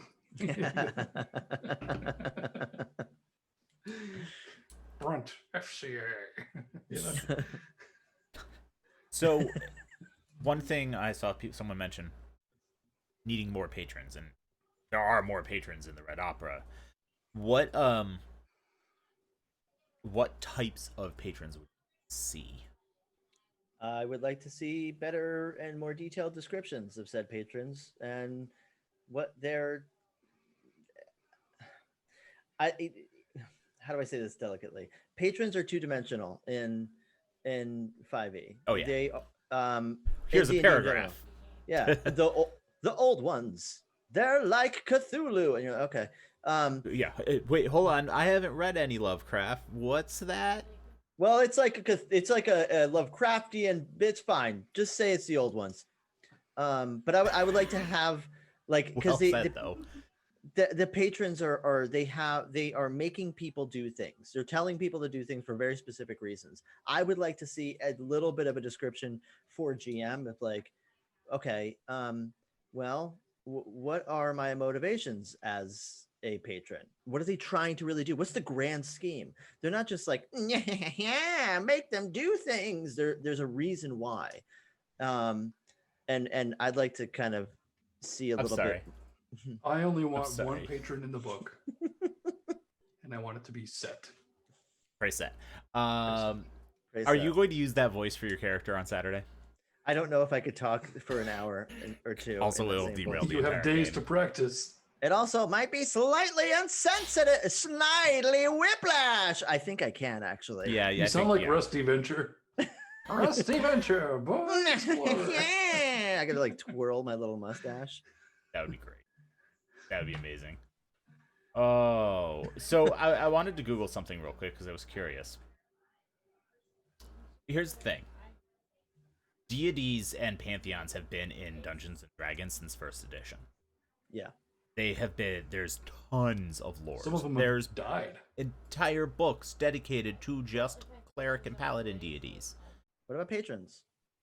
Warlocks weren't even in first edition. I don't even think they were in second edition. I would have to Google it. I don't remember. I think they were. They may have been introduced in. No, they were definitely in third. They were at least in 3.5. I didn't play third. I heard it was a shit show. But like, yeah, here we go. The first official publication for Gods was in 1976. Yeah. There's never been a patron book. They're usually relegated to either a subsection of the Warlock class chapter, or they get a paragraph each when it's Classist. slightly more detailed. It is classist. Yeah, it's so weird because they've been around for so long, yet they Give want us more patrons. They want to drape the war. They. I don't know. There's no they. There's Wizards a of the culture. Coast. Well, and not just Wizards of the Coast. I mean, everybody except for Apotheosis right now wants to continue to drape warlocks in mystery, which I appreciate and I get. Yes. The kind of like dark robed. But give the figure. There's an dungeon entire- masters more material to work with to make them more compelling. But there is one. There's an entire book of amazing patrons, and it's called Cult Divinity Lost.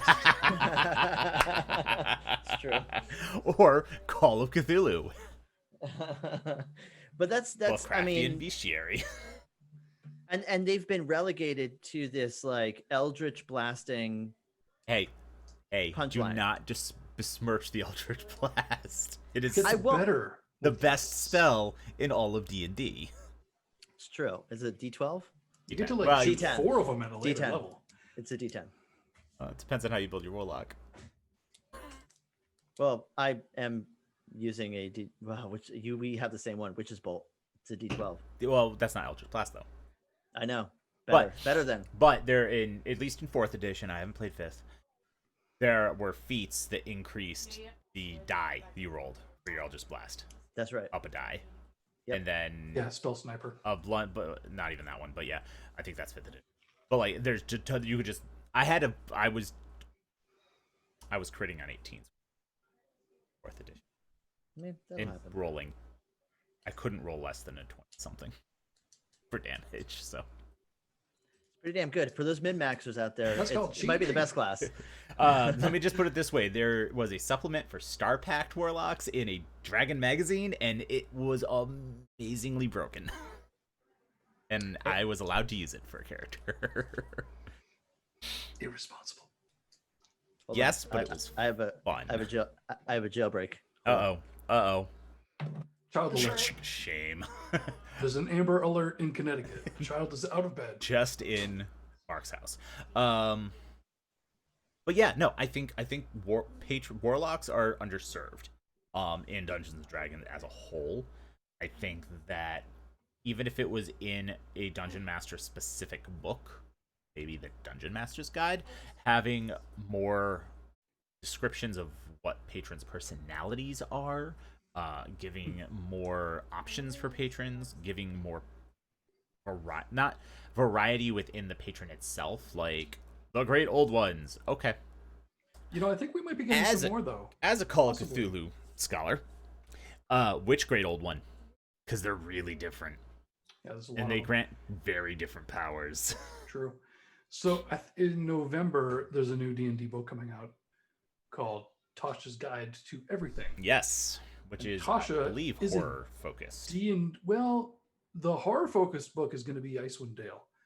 Oh, right. The rhyme Rhyme of the Frost Maiden, something like that. Oh, that one? Yeah. But the Tasha's Guide to Everything is kind of like another supplement book, like Xanathar's Guide to Everything. Cauldron of Everything, by the way. Cauldron of Everything, that's right. And after doing some like Forgotten Realms research, she was like a big deal character who was she's a mixed bag, but she's cool. Yeah. And she wrote the Demonomicon or whatever in D&D canonically, right? Yeah. I think we're going to get possibly some more patrons in that book. I'm reading about it right now. They're taking a lot of remember a couple months ago, there was this thing about removing evil races in D&D. Yeah. A big thing on Twitter. Changing the flaws, concept right? of race and how Right. race is handled in D&D. Yes. So they're doing that with this book, where you can kind of customize what your pros and cons are depending on what your race is, which is cool. It's going to have a lot more functionality, a lot of interesting character variations. But I think this book's going to be very magic focused, and it's obviously lore wise from her perspective, which I think is going to be great because it's a woman perspective who's a mage. She's immortal. Yep. Done a lot of cool shit. I think this book is going to be well needed. I hope there's going to be more patrons in it. Yes, that would be really cool. I just went to the general description of it, and it doesn't mention. Cover art too is very cool. They don't mention warlocks or patrons in the general description of it, but it's definitely magic focused. However, I did just pull up Icewind Dale Rhyme of the Frost Maiden because I hadn't looked into it before, and it's literally described as Game of Thrones meets The Thing. So, that said, I will be looking at that book. Yeah, I knew that was going to be up your alley, and I was wondering if we wanted to do a fun thing with that. Mark, what you missed was us talking about the fact that Wizards of the Coast is pitching their Rhyme of the Frost Maiden book as Game of Thrones meets The Thing. It's horror. Really? Yes. Wow. So wait, hold on. Game of Thrones meets The Thing? I mean, that's just Game of Thrones, right? No. But better. Well, much better. Interesting. So I want it, and I want to play it. Yeah, but which one of us is running it? Should we round robin like we talked about earlier? What? Just going rotate DMs with one of the player characters switching into an NPC role. My player character dies when that happens. That's a shame. That's a shame. That just means you're running it for the rest of the scenario. Oh no! How terrible! I can't balance both. I can't do the whole and then the NPC, which just also. Oh, you just have him get drunk in a tavern and pass out. Right. And all the rest of us do things, and we come back, and he's like, "What'd I miss?" Yeah. Well, that's what will end up happening every time because it'll be oh, okay, and he's a party member. It's oh yeah, I forgot about him. Sorry, he's with you guys too. This is a complete aside, but we need to talk about it very briefly. Have you ever run for small groups of players and run storyteller player characters? NPCs. My brain went to World of Darkness because I've only primarily done it in World of Darkness, as members of the coterie or. Yes. Yeah. Okay, but you couldn't do it quite recently with your own. Are you saying that was your problem doing that? I killed them on purpose because I can't. Interesting. I'm not good at it. Interesting. Yeah, I'm not good at it. I can't. I think that I'm going to say a bold statement, but this is just me being stupid. I think it's selfish and stupid to GM and also be a party member. Alternatively, if you are running a long-standing chronicler campaign with one player, Well, yeah, that's Well, that's different. Though. It's like a And one-on-one. The which is why I've done it. Yeah. So I think it's the Essentials Guide, the other starter kit for D&D. Yeah. Actually has character cards that are NPC adventurer sidekicks. Mhm. And I think the new Tasha's book has more of them. Cool. From what I heard. Same. So yeah, let's say I'm showing my kids how to play this game. There's only 2 of them. They need a bigger party. I can just bring out some of them to complement the other skills in the group and just keep their decisions and input to the direction of where they're going very minor. Yep. Yeah, no, have them be like temporary party members. Yeah, exactly. I mean, I technically did that with my VTM game that I ran for some of the people on our server. I had a story player character named Cassie who was a Malkavian. And I never get to play a Malkavian, even though I'm deaf Malkavian. Because you never get to play. I never get to play. But she was kind of a one-trick pony. She was all aspects. She had no dementation. They're just there to serve the story. Yeah. That's so she gave different. them some different tips. She kind of set lookout for them a bit. But she had a lot of interesting narrative. And when my players would split in unusual ways, leaving one person alone, they always had someone with them to help drive and talk to. Yep.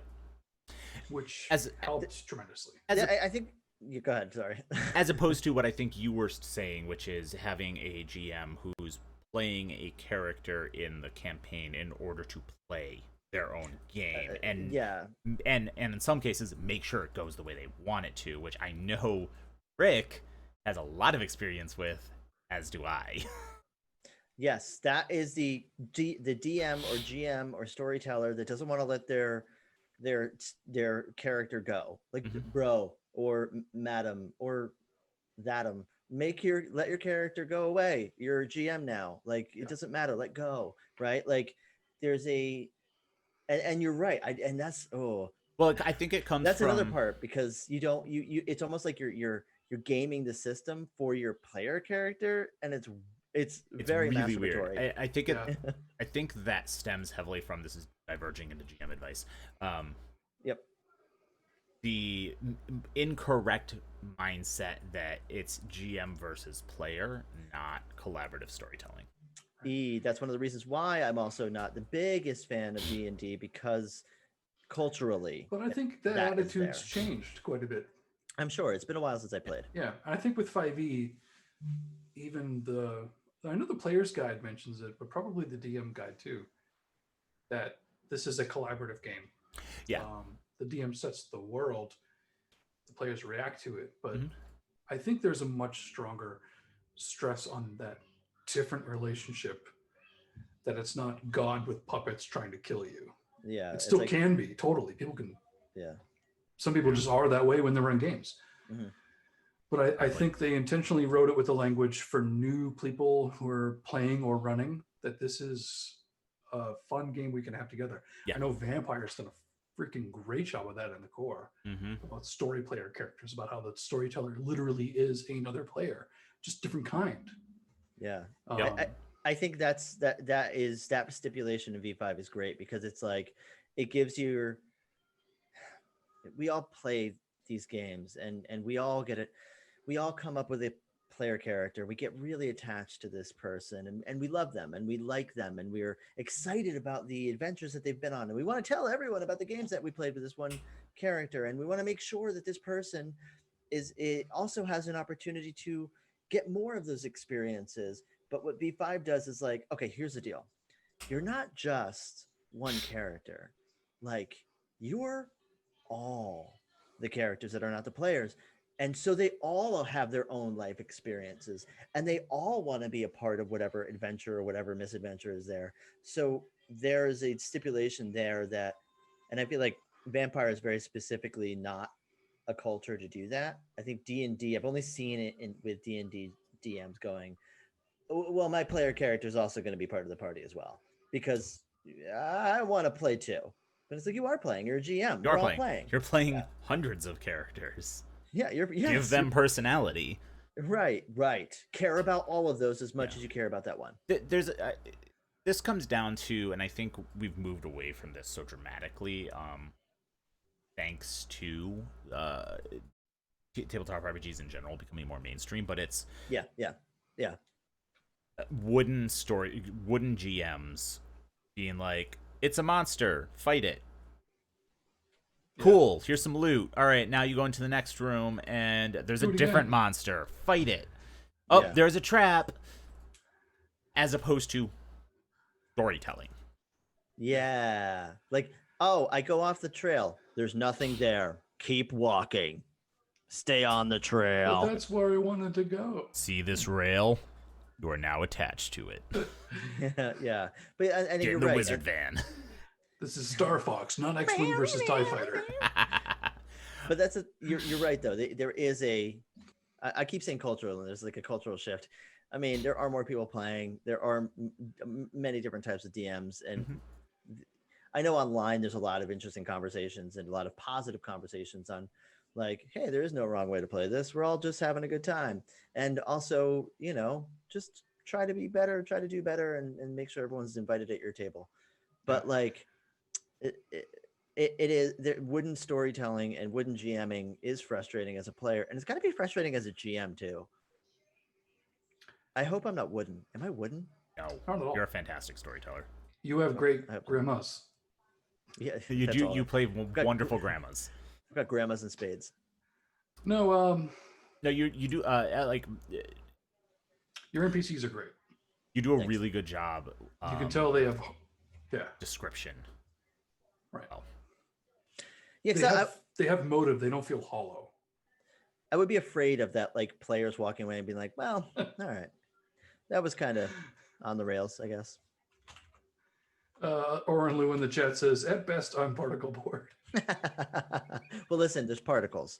So you're made up of multiple pieces. You're made of star stuff. It's just mostly wood pulp. I'm sorry, sawdust is what I meant, not star stuff. We're all made of sawdust. we are. It's true. We're all. Yeah. Actually, that's never mind. Mostly Not gelatin. getting into that because that's a game I'm real. running soon. Huh? Nothing. Secrets on podcasts make bad podcasts. Listen, we might have a special Halloween charity stream coming up. That's all I'm saying. Yeah. Okay, it's secret. Don't tell anybody. Don't tell anyone about it. We might like Halloween. Yeah, we might like Halloween, and we might have special guests. Anyway, there's one thing I definitely wanted to touch on here, which is in part inspired by the Red Opera. I think that based on what I just said, exploring themes isn't as common in D&D as it's because there's so much world building in D&D that you have this world to explore, whether or not you're using a homebrewed world or using one of the Forgotten Realm, Faerun from Forgotten Realms, or Greyhawk, or Eberron, or I can't remember where Strahd is from, but Ravenloft. Ravenloft. Like, you have these awesome worlds that are already built to explore.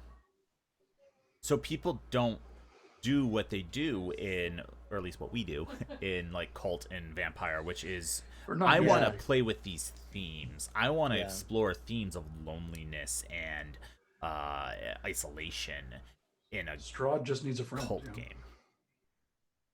He has many friends. He's having guests for dinner. He is. So on the board. So I think Why is that plate empty? Because you're the man. Why don't you have a seat over here? Rod is now, what is it? The guy from when he's Gangster. Sex Predator. It's like, yeah, see, you'll never catch me. I'm Strahd, see? The How to Catch a Predator guy. I really want to see someone Chris play Hansen. Strahd that way now. Oh, he's Chris Hansen. It's Chris Hansen. Welcome to my castle. Why don't you have a seat over here? Yeah, it's Strahd, see? In your email to Dracula Lover 499. Now, why is everyone in your party only wearing towels? Did we arrest you last week? See, we we had this dwarf pretend that she's a underage elf. Anyway, this is devolving into They Came From Beyond the Grave. thank you. Yes, it is. If you want to run a comedy horror game, no. I think that one way people can introduce horror to their D&D games very seamlessly is to introduce a. It doesn't matter if you're playing in Faerun or Ravenloft, but like if you tell the players up front that you want to explore different themes with the game, like what I mentioned, like loneliness, isolation, body horror, things of that nature. You can set up your campaign to be more terrifying and more suspenseful. Yes, because the setting is exciting, but Setting here's a hard truth. The setting, no one is going to be more excited about the setting than you as a GM. So you have to take that into consideration. Yep. Especially if it's homebrew. It's you worked very hard on this, and congratulations. And it's beautiful, and it's a piece of art that you've created. This livable space of all these things happening, and all you have to do is just walk and tour a party through at all the cool things that you built. But ultimately, they're going to walk by that awesome building that has all the cool stuff going on that you develop over 4 days and sleepless nights, and they go, "Oh, that's cool. What's next?" And you're going to be slightly disappointed if your entire scenario is going to be, or campaign is going to be really just a tour of your setting, involving story and themes, and having that be the focal point. Those are the things that are going to be pulling your players in. The setting, after you've done all that, is going to catch them. They're going to find something interesting. You're going to come up with an NPC, and they're going to go, "Oh my God, I love that tavern," or "Holy shit, that castle was creepy as hell." Yep. And it's the story that's going to make them give a shit about the setting. Exactly. And you have to establish themes and tone in order to create a story. One thing you mentioned, I just want to throw this out there. There's a game for those of you who want to play that other game. We're going to call it Tourism, the RPG. I lived in Florida. That was my simulator. life. It's tour guide simulator. Look at all these beautiful things. Please don't touch. It's called Google Street View. But no, seriously, like, you're not playing Tourism the RPG. You're not Tour Guide the RPG. It's a game meant to tell a story. Whether it's Dungeons and Dragons, or World of Darkness, or I keep going back to like 10 Candles and Kult, but those are like two of the ones that are top of mind for me right now. So 10 Candles and Kult.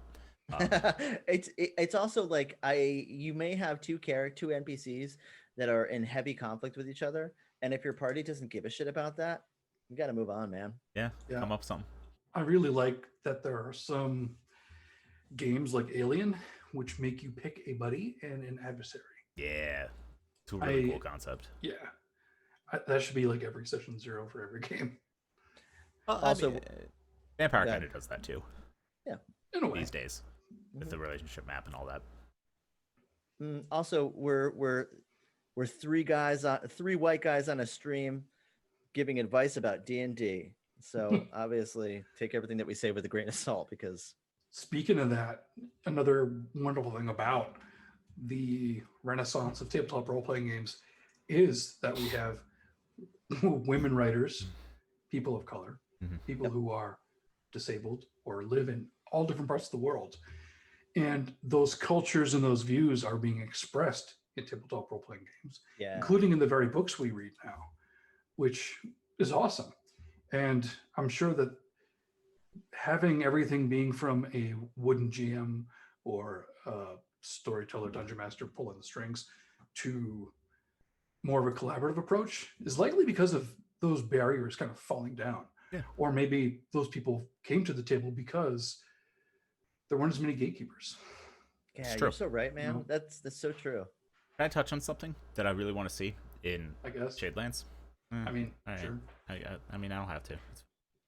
No, I want to know. Fuck you, Death Share with the class or get out. I want to see a fucking combat wheelchair in the Shadelands, because that's gonna be badass. Fucking the one from Warlock rolling Morkborg? around. Fucking Warlock Morkborg, rolling around, just being like, "Fuck you." With the spike wheels. Eldritch Blast powered wheelchair. Can we make that happen on our game? That's up to you, Mark. I want my goblin to be in a combat. You should have one of your legs is a unicycle wheel. Well, just now we're getting a little gimmicky, which is fitting, but still. like the Wheelers from A Return to Oz, or like know. A Darkwing true Duck. horror movie. Was it Darkwing Duck that had the guy with one What wheel? about the Wiz? Great movie. It was good. Return to Darkwing Oz is Duck. horror, Mega though. Straight horror. Oh yeah. Also, a little nod to Alice in Wonderland in the very beginning. It's true. Little blonde girl on the. I don't know if I've seen this. You should watch it. Oh, God. It's Fruza Bulk. It's amazing. terrifying. Yeah. Really What were good. we talking? What were we talking about? I'm sorry. Horror. Diversity. Yeah, we were actually talking about diversity, and that's why I was like, hold on a minute, I want a about combat wheelchair? wheelchair up in here. Yeah. I don't want to break Red Opera before we even play it. No, we But I- shouldn't. No, But- but here's the deal. I do want to play Morkborg, and they did post the Did. combat wheelchair, which looked dope on their Twitter. Maybe on our Gehenna Gaming Twitter, I'll find it and retweet it. We did, so it's in there somewhere. But no, I'm saying, like, I think that there's conceptually so many interesting things that the Red Opera is doing differently with Shadelands. Taking a concept like that, which was designed for standard D&D, you can go in a weird warlock patrony direction with it that would be really interesting. And it's not weird. It's normalized. Warlocks are normalized in the Red Opera, and I really, really like that. I like that. I like the idea of, like, I don't know. I've said this before. I'm belaboring the point, but like you're kind of taking your other party members into this, like, oh, this is our creepy warlock, and then This the is creepy where that warlock. weird kid lives. Yeah, Oh, I bet his parents cook weird food. exactly. Oh, licorice in your mashed potatoes. But I'm a warlock, so it's black licorice. And that's a stream.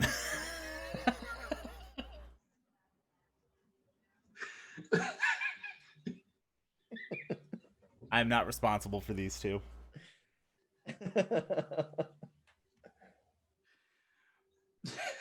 Sorry, that's the That's black so tea good. talking. Oh, that's really funny. Anyway. Trying not to laugh. No, I can see you trying to hold it in. And this is what our entire car ride from Massachusetts to Philly for PAX PAX Unplugged. Unplugged was like. Ah, I entire wanna do it way. again. That was a good time. We will Yeah, it next really year. was. Next year. So, the Red Opera. We've talked about it quite a bit. Yes. Launched on Love it. I wanna play Kickstarter it. today. Day Already- one. Already funded. They're going to be announcing some really cool stretch goals soon. Amazing Very stretch goals. excited. There's going to be some really cool ones from what I've heard. So, you should definitely check it out. I'm going to drop that in chat again. Yeah, the redopera.com. There's a link for the Kickstarter directly in the chat. It is fully funded, but there are still stretch goals. So if you have not picked it up, go for it. There's a PDF that you can pick up if you are tight on money. I know a lot of people are. I know I am. There is a $2,000. I want my character. I want to sponsor everything, and I want it all. And all sorts of little tiers in between. So Oh, yeah. there's a whole album Yeah. you can find on Spotify, Shit like that. made by a bunch of very, very cool Yeah, I want people. to listen to that. Yeah, it's fantastic. I was listening to it today. It's great. It's metal, it's warlocks, it's the Shadelands. Now I just want to buy a van with a wizard on the side of it. My God, yeah. Ooh, is there what kind of like we should have a vehicle Some dice. on Saturday? The official Gehenna Gaming wizard van. Yeah, we should. We need like an official Shag carpet. Mm-hmm. With Yeah. like black lights. There's like black lights. Have a good on the night, inside. folks. We're going to be signing off now. Just We're, end the fucking stream. I am vetoing all of these ideas. No, it's fine. It's fine. This is me and Def Malkavian are gonna have our own Gehenna Gaming wizard van, and you won't be allowed inside. You could. Is it going to be smoke- you could- blackjack and hookers? Yeah, well, it's a wizard van. Of course, it's gonna be hookers and blackjack. It's not gonna be blackjack. It's actually going to be I was gonna make a very Who knows? inappropriate joke, so I I don't have know. to just Yeah. shut my mouth and stop talking now. The best. No. On that note, thank you for joining us for one of our bi-weekly fireside chats. where we do this, but we talk about serious things at the same time. I promise. What do we have coming up, other than this awesome one shot we're playing in on Saturday? Yes, we have the Saturday night one shots around 8 p.m. Eastern Daylight Time on this Twitch, where we're playing the Red Opera. Today's Tuesday, so tomorrow's Worlds and Wednesday. Crafts. Tomorrow's right. Worlds and Crafts. With That's right. Bran. If you have not watched Worlds and Crafts, I highly suggest you do. It's very topical now because a lot of what he's developing is very fantasy RPG. Mm-hmm. Yeah. And he has got a very soothing voice, so it's kind of very auditory ASMR. I like it. Yeah. Thursday. More Worlds and Crafts with our midday map making stream, also with Bran. What are you streaming 12? 2 p.m. That's not at 12, it's at 2 p.m. I think so. Okay.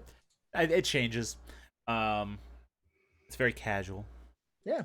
Making some maps. And then Thursday evening, I will be streaming, I think, Song of Horror again. Very fun. When are you starting the new game that we talked about today? Oh, on the September 17th, I'm going to be streaming the demo for No Place for Bravery. Yes. Yeah. It's the demo for the new Ysbrid game. Which looks really good. Really cool. It's like a very Viking metal, like 8-bit game. It looks a little bit like Castlevania, and it also looks like a little bit of original Zelda. Yeah, it's like a combination of like that side scroller top-down RPG combined with the Metroidvania. Secrets of Evermore or Secret of Mana. Secret of Mana, yes. Thank you. Yes. Yeah. That style game. And then Saturday we have Saturday Night One Shots where we're playing the Red Opera. My cat's crawling all over my keyboard, sorry. And then Sunday we have Wrath and Glory. Ooh, yeah. And then Warhammer. All our honey buns can be excited because Monster Hearts will be back on Monday night with Gehenna Valley. So, we also have a podcast episode coming up this week on Sunday, and I haven't decided which. Ooh, you gonna take it out of a jar? And well, I think we're going to be talking about. I'm blanking on the name of the game. It's an anthology of small one shots that are all themed around Judaism and the Jewish experience. And I interviewed one of the game developers from this game, and it was a very fascinating and awesome conversation. I'm excited for that one. Mm-hmm. Yeah, we have a couple really cool interviews coming up. I can tease one or two of them. Coming through in September, we are going to be interviewing Ellie Collins of Atlanta by Night. Yeah. And later in the month, wonderful person. We have a special member of the family joining us. But the family's LA by Night.